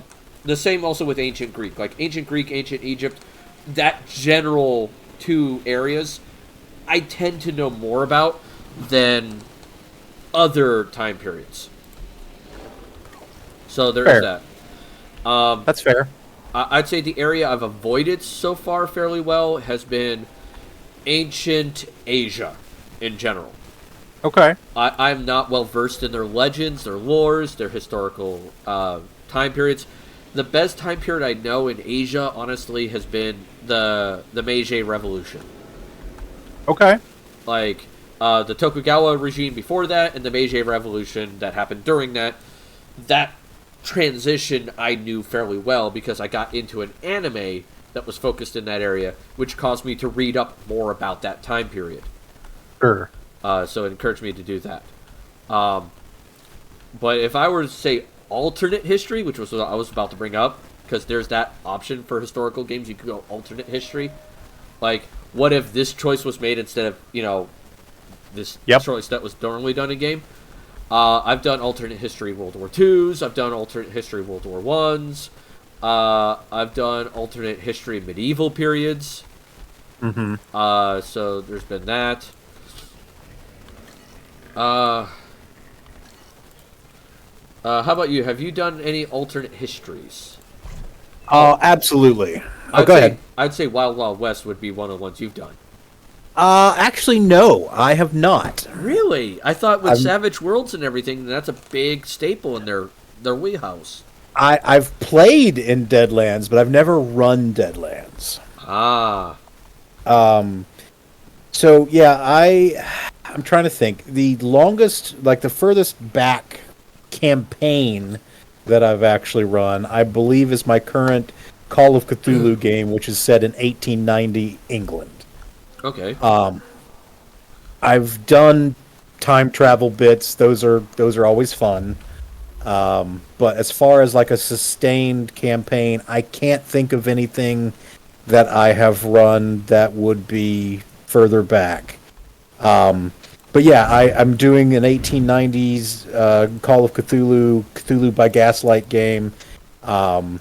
It's barely alternate history. I mean, clearly, the supernatural's real. I don't even call that alternate history necessarily, just because it's not based on a big swerve. More commonly, my historical games are my superhero or pulp games. So I'm trying to think. Most of those I usually will start no earlier than the 1930s, just because you get that kind of pre-World War II era of the world going on. There's a lot of change going on, and you have basically comic book characters and pulp characters sort of flowering in the 30s and giving way to actual superheroes in the late 30s. So I've done a number of games set in like the 30s and 40s, presenting a world with superheroes and people with superpowers, which I do consider an alternate history. Like, what if World War II, there were superheroes and supervillains, fighting in the war? Yeah. I did a cycle of campaigns that was based on a ritual that was being performed at specific intervals, and it was like it was a 3-part ritual, because the lady performing it, I think, was born in 1900. She had to perform the first phase in 1934, the next one in 1968, and the next one in 2002, basically a 34-year interval. And so what I did was I ran 3 campaigns in the same world, set at different time periods, and just kind of let the players play through them. So they played the 30s game, they played the 60s game, they played the the 02 game, and that was kind of fun. Do you know what that reminds me of? Nah. An old GameCube game called Eternal Darkness: Sanity's Requiem. I've heard of it, but never played it. All right, so basically the start of the game goes as thus. All right, you're playing a Roman soldier who has found a tomb, and you go into this tomb, and you find these 3 pedestals, and you have to interact with one of these pedestals.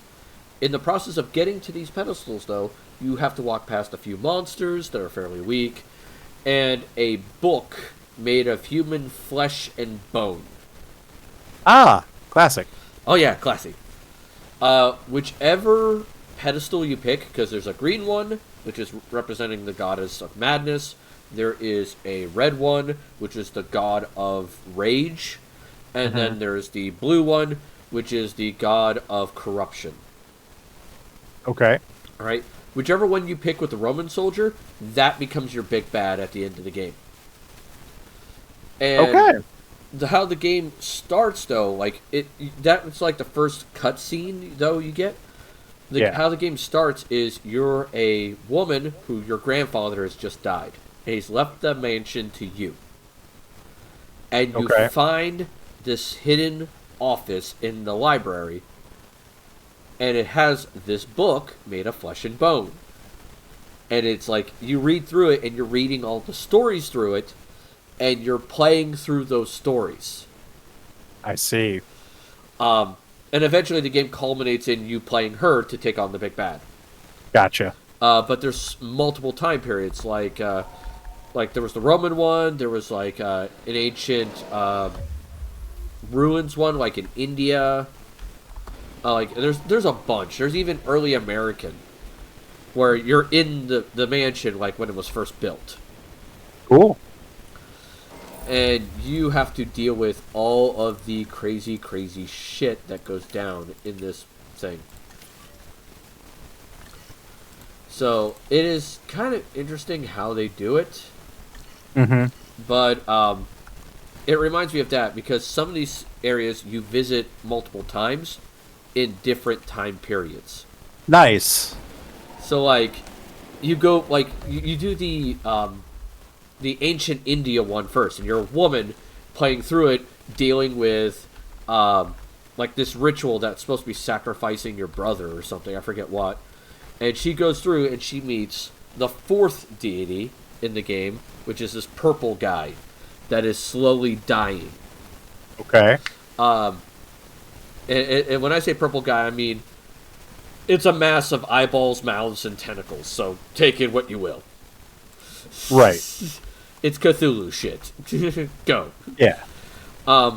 So she agrees to become his champion, and she stays in the temple.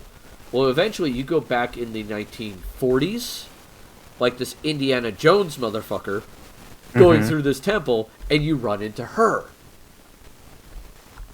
Nice. So it does like all these cool, neat callbacks. It's very I mean, I love when that kind of stuff happens. I think my main inspiration for this game, if I were to put a pin in it, would be like Chrono Trigger. Yeah, Chrono Trigger's a good one, because what you do in the past affects the other timelines. Yes. I still, to this day, haven't beaten Chrono Trigger. I've played the hell out of it, but I've just never really. I never got around to beating it. It's. Oh.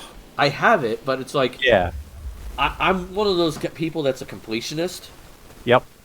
And so I have a hard time playing a game until I've gotten the majority of the side quests. And there are so many side quests in Chrono Trigger that I found that I couldn't figure out how to complete. I mean, fair. Like, the big one for me that still drives me nuts to this day is the, what is it? It's where you're trying to turn the desert green. I can't figure that one out for the life of me. Okay. Like, I'll figure it out eventually. Yeah. But it's just one of those things where I'm like, son of a bitch, I really wish I knew how to do this. And it's wild. It's dumb. It's just, son of a gun. Let's see if my cloaking device is sufficient to fool the scavenger bot. Hopefully. I'm gonna lurk while I play Final Fantasy XIV. That's okay, Andrew Woman. Lurks are accepted here. God, I wish I could play 14 again, but I am broke. That's what makes me sad. There are some games I really want to play that I just can't because I don't have the money. Yep. And it's just like, don't get me wrong, I make some money doing this, like the streaming stuff. Yeah. But I wouldn't call it sufficient enough at the levels I'm making to be able to pay for Final Fantasy XIV. Fair. That's the downside. Because it's like $70 every 6 months. Ooh, that is pricey. Well, I mean, you can pay for it monthly, which is like $13, but still pricey. Yeah, still pricey. But like, I always consider it like a good investment because I can look at it and go, when I play 14, I'm less likely to buy other games. So that's what I look at it for an MMO. It's like, am I going out and purchasing other games during this time? If so, maybe this MMO isn't worth it. But if I'm not, then maybe it is worth it, depending on how much I normally spend on games. Right.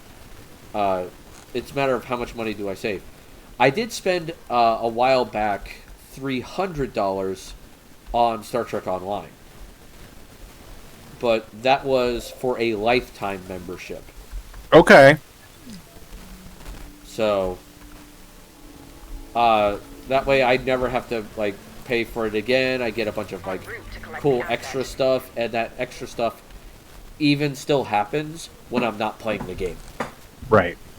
So there is that. Another thing I would say about historical games. I'm going to bring this up.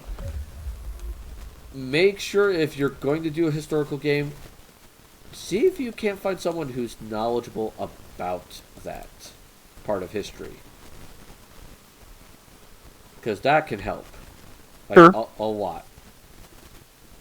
I would also recommend that if you can't find a person, or even if you can, get some resources. One of the things I did for that 30s game that I mentioned, I noticed that I went to, I think it was Bob Evans of all things, one of the ones that has the country store, and they had these little like trivia books for different years. And so you could get one for a specific year that said, this is what the popular movies were. This is what the songs on the radio that were hits. And that was actually really kind of cool and added a lot of flavor. I remember it was, you said one of your games you got to rickroll your players. Yes. So, basically,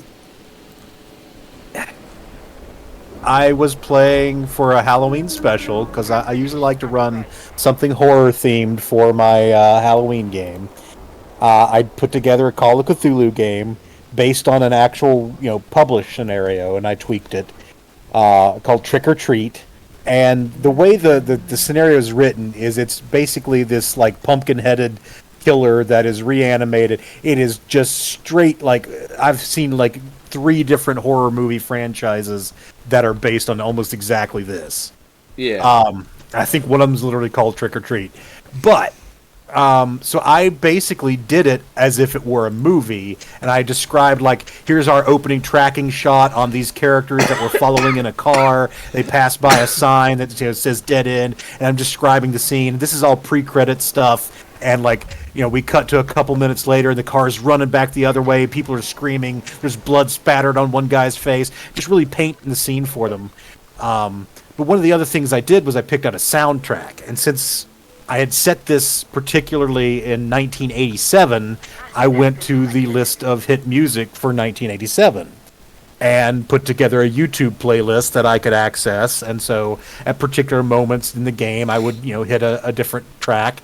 Oh, yeah. And for the credit sequence, I, could play whatever I want. And so basically, as I'm describing kind of the denouement and the wrap up and, them going off to do whatever, and I say, the credits start to roll, and then, you hear this, and I start playing Never Gonna Give You Up, because that hit in 1987. And it was the perfect excuse to play the Rickroll in a Call of Cthulhu game.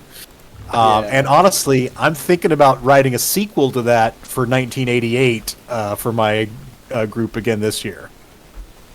It was fun. I wonder if Back to the Future was 88. Back to the Future, the first one was 85. Right. The sequels, I want to say, are 89 and 90, or are they 90 and 91? Let me check. Back to the Future 2. AP said, yes, gotta love an epic Rickroll. Back to the Future 2 is 89, so I think that means 3 came out in 90 because they were filmed back to back. Yeah, they filmed pretty quickly. So we're not quite up to Back to the Future Part 2 yet. Not yet. Back to the Future 1's still around, though. Yes. Oh, man. But, that can be another fun thing about historical games, especially if it's not like ancient history. It's like, yeah, we can revisit these fun songs and or movies from our, childhood. Yeah, and also use the fun slang from that period as long as it's not offensive. Yes. Like if you play a game that goes back to the 90s, oh god, you got radical, cowabunga, all that shit. That's totally tubular. Tubular! It's like, what the fuck? Just Bill and Ted it up the whole way. The whole way. It's just like, excellent! Wild Stallions rules. Yeah, it's like, why? Why did we think this was cool? What the hell happened? Or you get to talk about the fun, clothing and hairstyles from those time periods. Mm-hmm. Oh my god, just take someone from modern day that didn't live through that, right? Take a teenager from today and send them back to the 80s, the late 80s, early 90s, and go and see what happens. Yeah. They're gonna be like, what the happened? Did I land on an alien planet? Yeah. It's so wild. But yeah, it gives you a chance to do fun stuff. That I think is one of the big draws of historical games, just being able to explore things that maybe you are familiar with or maybe you're not, but just kind of get into stuff that you haven't thought about in a while. Oh yeah. Yeah, that's good gods. There's some kooky, crazy shit.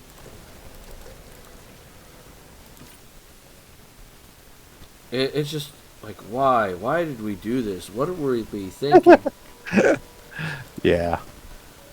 I need to decide if I'm ready to tackle the scavenger bot.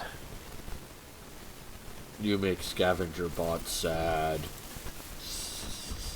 I think I need a little more fleet power before I do it. Oh yeah, I know my park rating dropped a little bit this month. I don't care. I'm still making $400,000 a minute. I wish I could make this much money in real life. Yeah. Ooh, let me check on my espionage game. Oh yeah. Jesus. Alright.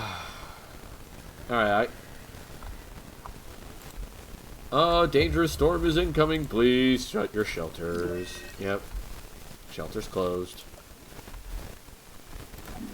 Yeah, we have plenty of bathrooms everywhere except for that one little area up there. No one cares. Shelters. A little bit down here. But not terrible. We're good. Do I not have any spies? I swear I thought I had spies. Apparently not. Let's see. Espionage. Yep. Ah. All my espionage guys must have gotten unassigned. Because I literally looked at this before and I had some. So that's why I suddenly had a bunch of extra envoys. I will also Weird. say, if you're looking for a good historical movies to do games with, there are a few I could recommend. One, Okay. The 13th Warrior. Yeah, That's a good retelling of Beowulf. it's a fun movie. Yeah. I enjoy it. Another one is the Three Musketeers. Sure. Or no, it's the Four Musketeers. I forget. There have been multiple versions. It's the one with Tim Curry in it. okay. Tim Curry, three... Yeah, it's Three Musketeers. It's a 1993 film. Yes. It had Kiefer Sutherland, Charlie Sheen, Chris O'Donnell, and Yep. Oliver Platt. Yep. That's like, when you think about it modern day, that sounds like a wild cast. Yeah. And then Tim Curry was the big bad guy. Yes. Which, oh my god, he was just... You could tell he was living it up on that set. Tim Curry always does, but yeah. Oh my god, it was wild. But I would recommend that one because that can easily give you some cool things you could work with. Yeah. Oh man. Have you ever seen Brotherhood of the Wolf? No. Okay. It's an interesting one. It's sort of a mix between a I want to say 17 or 1800s detective type movie and a monster movie. Basically, it's, if you're familiar with any French history, it's about the beast of Gévaudan. And it was believed to be like a large wolf-like creature that terrorized the countryside. And so this guy, who is like an expert detective / hunter, is called in to try and find out what the beast is and kill it. And it's got some mystery elements, got some action elements. Pretty cool. Yeah. That sounds neat. I'll have to check that out. Yeah, one of my slightly obscure favorites. I wouldn't call it a totally obscure movie. I think the guy who made it went on to maybe do a Musketeers movie or something. So he's got some notoriety. I've unlocked a new counselor slot. Let's see, Brotherhood of the Wolf. What was the name of the director again? I'm sure you could find out. Yeah, I'm literally Googling it, sorry. It was 2001. Christoph Gans, what did he otherwise direct? Because he has something else. Oh, he did the Silent Hill movie. Oh, that's creepy. Cool. That is creepy as shit. Yeah. Yeah, I mean, most of the names in this are French actors, so you won't recognize too many of them. I think Vincent Cassel went on to play Christ in Passion of the Christ. Monica Bellucci, is fairly well known. Yeah. Mark Dacascos has had a lot of parts. But 1764, it's set in 1764, and it is very, very cool. Why is your Does have a Greek guy playing a Native American, though, so... the hell? Like, I have a bunch of dinos just dying because of, well, I guess it's old age finally. It's catching up with them. Mm-hmm. Don't have the room for those guys. Sorry. I need some of you. What can I do for genetics?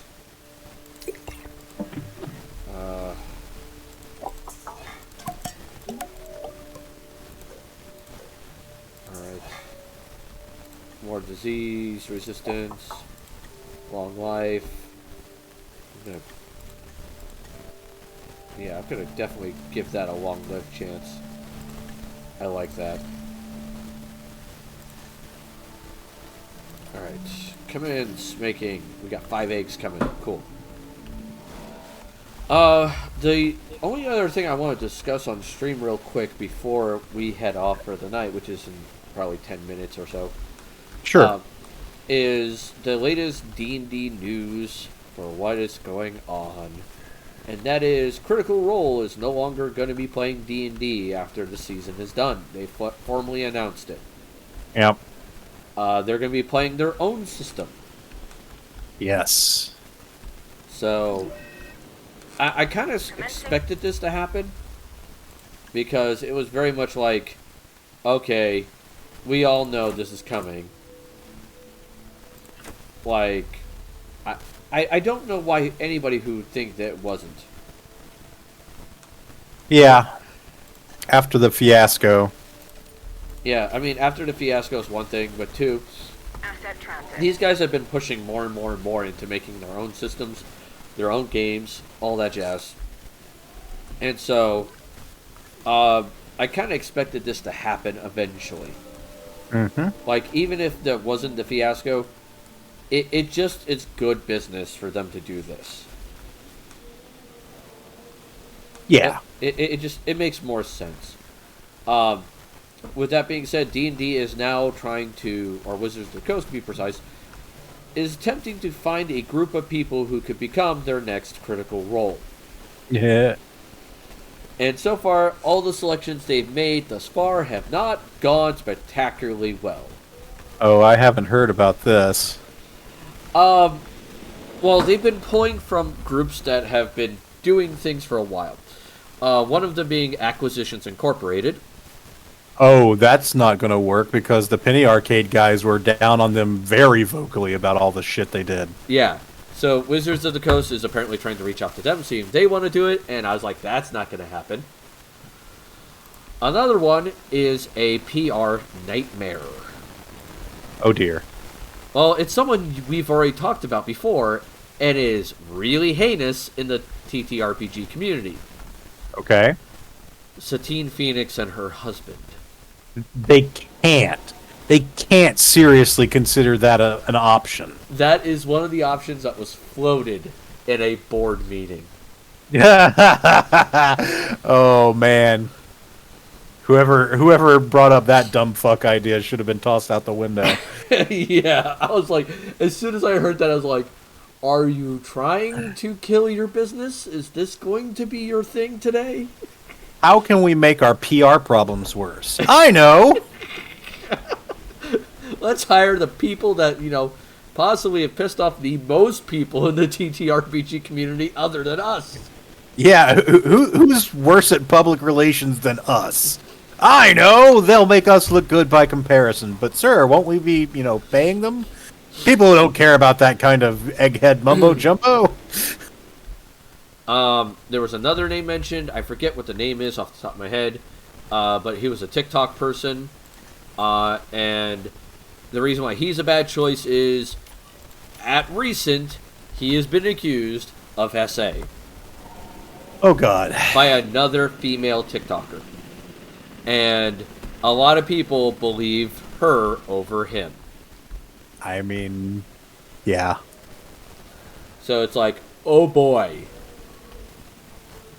The only reason why I got to hear about this is because she made a video talking about it after she deleted one of the video series that I really liked. And I was just like, well, damn. Sure. Because she did a whole video series on describing the different breeds of men as like dogs. Like, like different personality traits, like the Greyhound boys, the Blue Heeler boys. Yeah. Because the joke is, like, a lot of people make is Golden Retriever boys. Sure. Like, you have Golden Retriever energy kind of mentality. And so she decided to take that phrase and take it to its logical extension. Sure. And some of the videos were just downright hilarious, and I loved them to death. But I am sad that they were gone. Yeah. They're gone. Am I sad, like, upset with her? No, I'm just sad that they're gone. It's just disappointment. It's like, well, damn, I enjoyed those. Oh well. Yeah. You know, like a normal human being responds to something. Yeah, it's like, fuck, that sucks. Kind of like if your favorite show suddenly gets pulled off the air, you're like, oh shit, man, that sucks. I guess I'll watch something else. Yeah. It sucks ass. So that was one guy they were considering. There was an all-female group they were considering. Okay. This group, though, has... How do I put this? When they did live stream views, they were mid-double digits. Uh-huh. For number of people on at the same time. And their YouTube videos have around 50 to 100K views in a month. I mean, that sounds okay. It sounds okay, but when you consider that to Critical Roles... Yeah, I mean... It is a drastically big difference. Because if we take the same... How do I put this? Same time periods and everything, Critical Role's live streams have over 2,000 people on average. Yeah. And their videos have, within 1 month, over 2.5 million views. Yeah. Is nowhere near comparison. But you're not going to find someone with Critical Role's numbers because they're not Critical Role. No, that's true. But at the same time, there's only so much marketing you can do, and the fact that if anybody attaches themselves to Wizards and Hasbro, I feel like their numbers are going to go down rather than up. I mean, it's entirely possible. I know several other, actual play groups. I will say Dimension 20 is not going to go with Wizards because, holy shit, Brendan Lee Mulligan is like one of the most anti-capitalist people I've ever heard of, and I love him for it. Yeah, I remember when the whole debacle happened and he talked online about it. Dude lost his shit. Yeah. Ooh, excellent. All my leaders just became psychic. Let's see. There's the Glass Cannon Network, but again, they're kind of smallish, and they have really avoided D&D. They do Pathfinder instead. Yeah. And I honestly see Pathfinder, Paizo in particular, pushing forward more of their live streaming services and their groups. Like, I could see Paizo reaching out to some of these groups and being like, hey, we'll be more willing to market you now because there's a better chance of you getting attention since Critical Role is leaving D&D. Yeah, I mean, Critical Role's still going to have a bunch of fans, of course. Yeah. I will say that, will their numbers go down? Yes. Will their numbers go down a lot? Probably not. No, probably not. There'll be a small dip, but I would say at most it's probably going to be like 5% at most. Sure. That would be my guess, like a 5% drop, because some people are like, oh, they're not playing D&D, I don't know the system, I don't care. It's not about the system. It never has been about the system. You get my point. Yeah. Like, some people just don't like change. Oh, yeah. So they'll just be like, gone. But I think the big thing with Critical Role was, like, they're lightning in a bottle. They were just the right thing at the right time at the right place. And it also helps that they are professional voice actors. Yep. That helped a lot. Yep. And that they had known each other for years. Yeah, you can't fake that kind of chemistry. Yeah, that is a type of chemistry that they're just... It works beautifully. Do I watch them constantly? No. Like, if I get in the mood, I'll, like, listen to it while I'm working. Mm-hmm. But I don't watch the video. Or I rarely do. I'll peek over if it's, like, a combat or something. I'll be like, oh, hey, there's, you know, there's a fight going on. What's the monster? Oh, that's what it is. Cool. But that's about it. I'm going to be honest. I've never watched Critical Role at all. I might have seen a clip here or there, but I've never watched, even half watched an episode.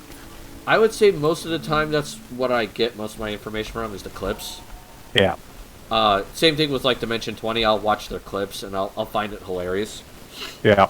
But it also sometimes gives me the wrong impression, like we had earlier with the whole, the one guy giving that facial expression when Brendan Lee Mulligan kind of stabbed his character in the back. Yeah, and that was more, him emoting as his character, not him being dismayed as a player. Yeah, and so I misread that from the clip because I couldn't tell that from the clip. It looked like in the clip that it was him emoting, not his character. Yep. And so that's what's like, oh, is this a problem? Like, what's going on? Transit has commenced. So, like, things happen and they're weird, but life goes on. All right, let's see. Do I need to... But I would say that if anything news-wise with Critical Role leaving D&D, the biggest pain that's going to be for any company, it's going to be Wizards of the Coast and D&D. Yeah. Because if I'm going to be brutally honest, they just lost their biggest game advertiser. Yeah. Like, don't get me wrong, Dimension 20 looks fun and all that jazz, but Dimension 20 wasn't as big about pushing the brand of D&D as Critical Role was. Oh, absolutely not. You're totally right. So, by losing Critical Role, they are going to watch and suffer a sudden drop in players. Mm-hmm. I feel like that's going to be the case. And they're going to suffer for it. And we may see a new RPG Golden Age based on systems other than D&D. Yes, which would be nice. Yeah, having some variety, because if I'm going to be brutally honest about what I've seen of one D&D, I'm not a fan. I've been reading over the UAs, I've been reading over what they're doing. I am not a fan of what they're doing. Okay. They are overpowering some classes, they are underpowering others, like you do with any changes. But by trying to simplify things more than there already are, they're essentially making the game almost unplayable.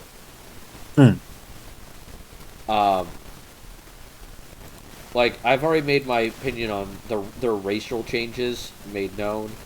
The class changes, some of them got buffs, like Ranger got a much needed buff, yay. Yep. Wizard got a buff, which is like they didn't need one. It was weird. They buffed Wizard further. Okay. And I was like, why would you do this? Cleric got a buff, and I was like, okay. Rogue got a small buff, but Fighter and Barbarian got a nerf. Which is weird. Because, like, they nerfed them in early game and tried to buff them in late game, not realizing that most games don't make it to late game. Yeah, that is weird. So I'm sitting here going, this doesn't make sense. Like, why would...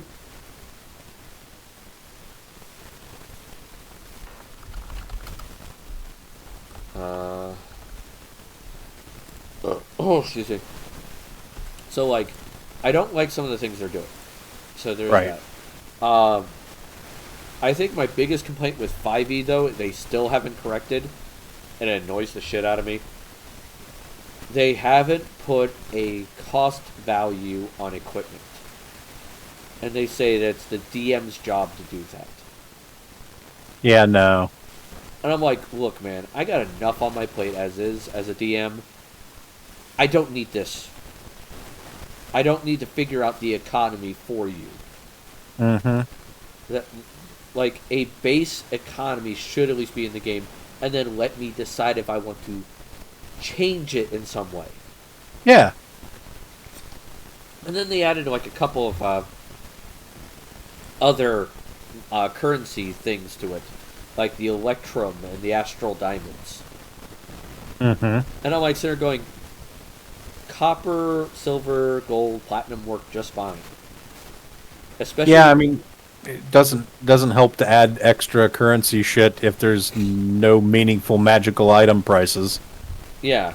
And then on top of that, like, it's like every 2 Electrum is a gold piece, not like a 10, 10, 10, 10 thing. It's like, Yep. and then the Astral Diamond's like X number of thousands of like platinum instead of just 10. It's like, why would you do this? Why not just say, hey, it's a gem, it's worth this much gold?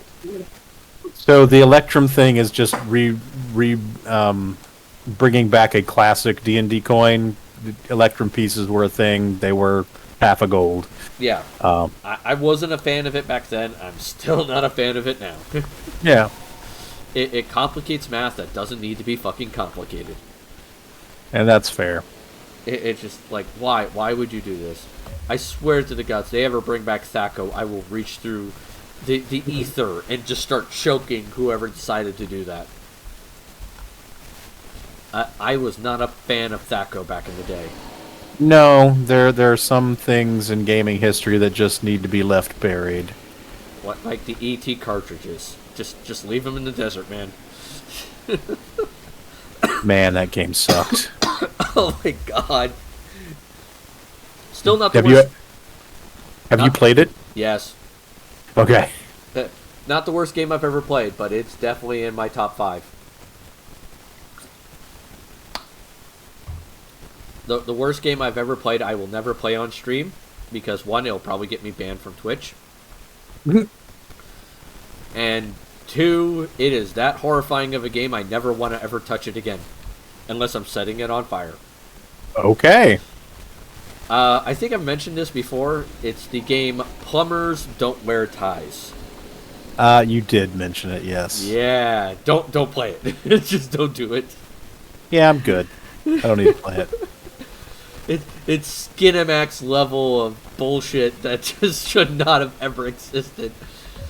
It's like someone took Mario, not Mario Paint, took frickin' Microsoft Paint and decided to try to make a Skinamax film with it and did a horrible job at it.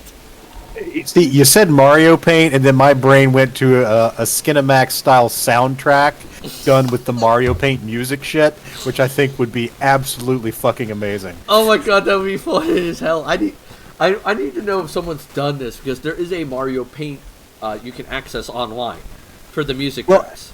And there's lots of YouTube videos, and actually there was a movie I watched recently that had a Mario Paint actual fucking soundtrack to it. And I was like the closing song or something was very clearly done in Mario Paint, and I'm like, holy shit, this is brilliant. I love it. Oh. Alright, it is 9:18. So I should probably get going, because I have to shower. I have to get ready for work tomorrow. Indeed. So there is that. Alright, so we're going to be, let me go to here. There we go. We're going to be rating Angel Woman. I'm going to fix the background later. I haven't gotten around to doing that. I realized it was messed up today. Mm-hmm. So we're rating someone called Angel Woman. She's playing Final Fantasy 14. She was in here earlier. So if you're one of my subscribers, please use the following raid message. If you are one of my followers, please use this following raid message to show them that the tavern is there to help them and love them and respect them. Alright? So please make sure you're taking care of yourselves mentally and physically, because that's always important. Remember, it is always time for tea in this tavern. And yes, remember, come for the entertainment, stay for the fuck-ups.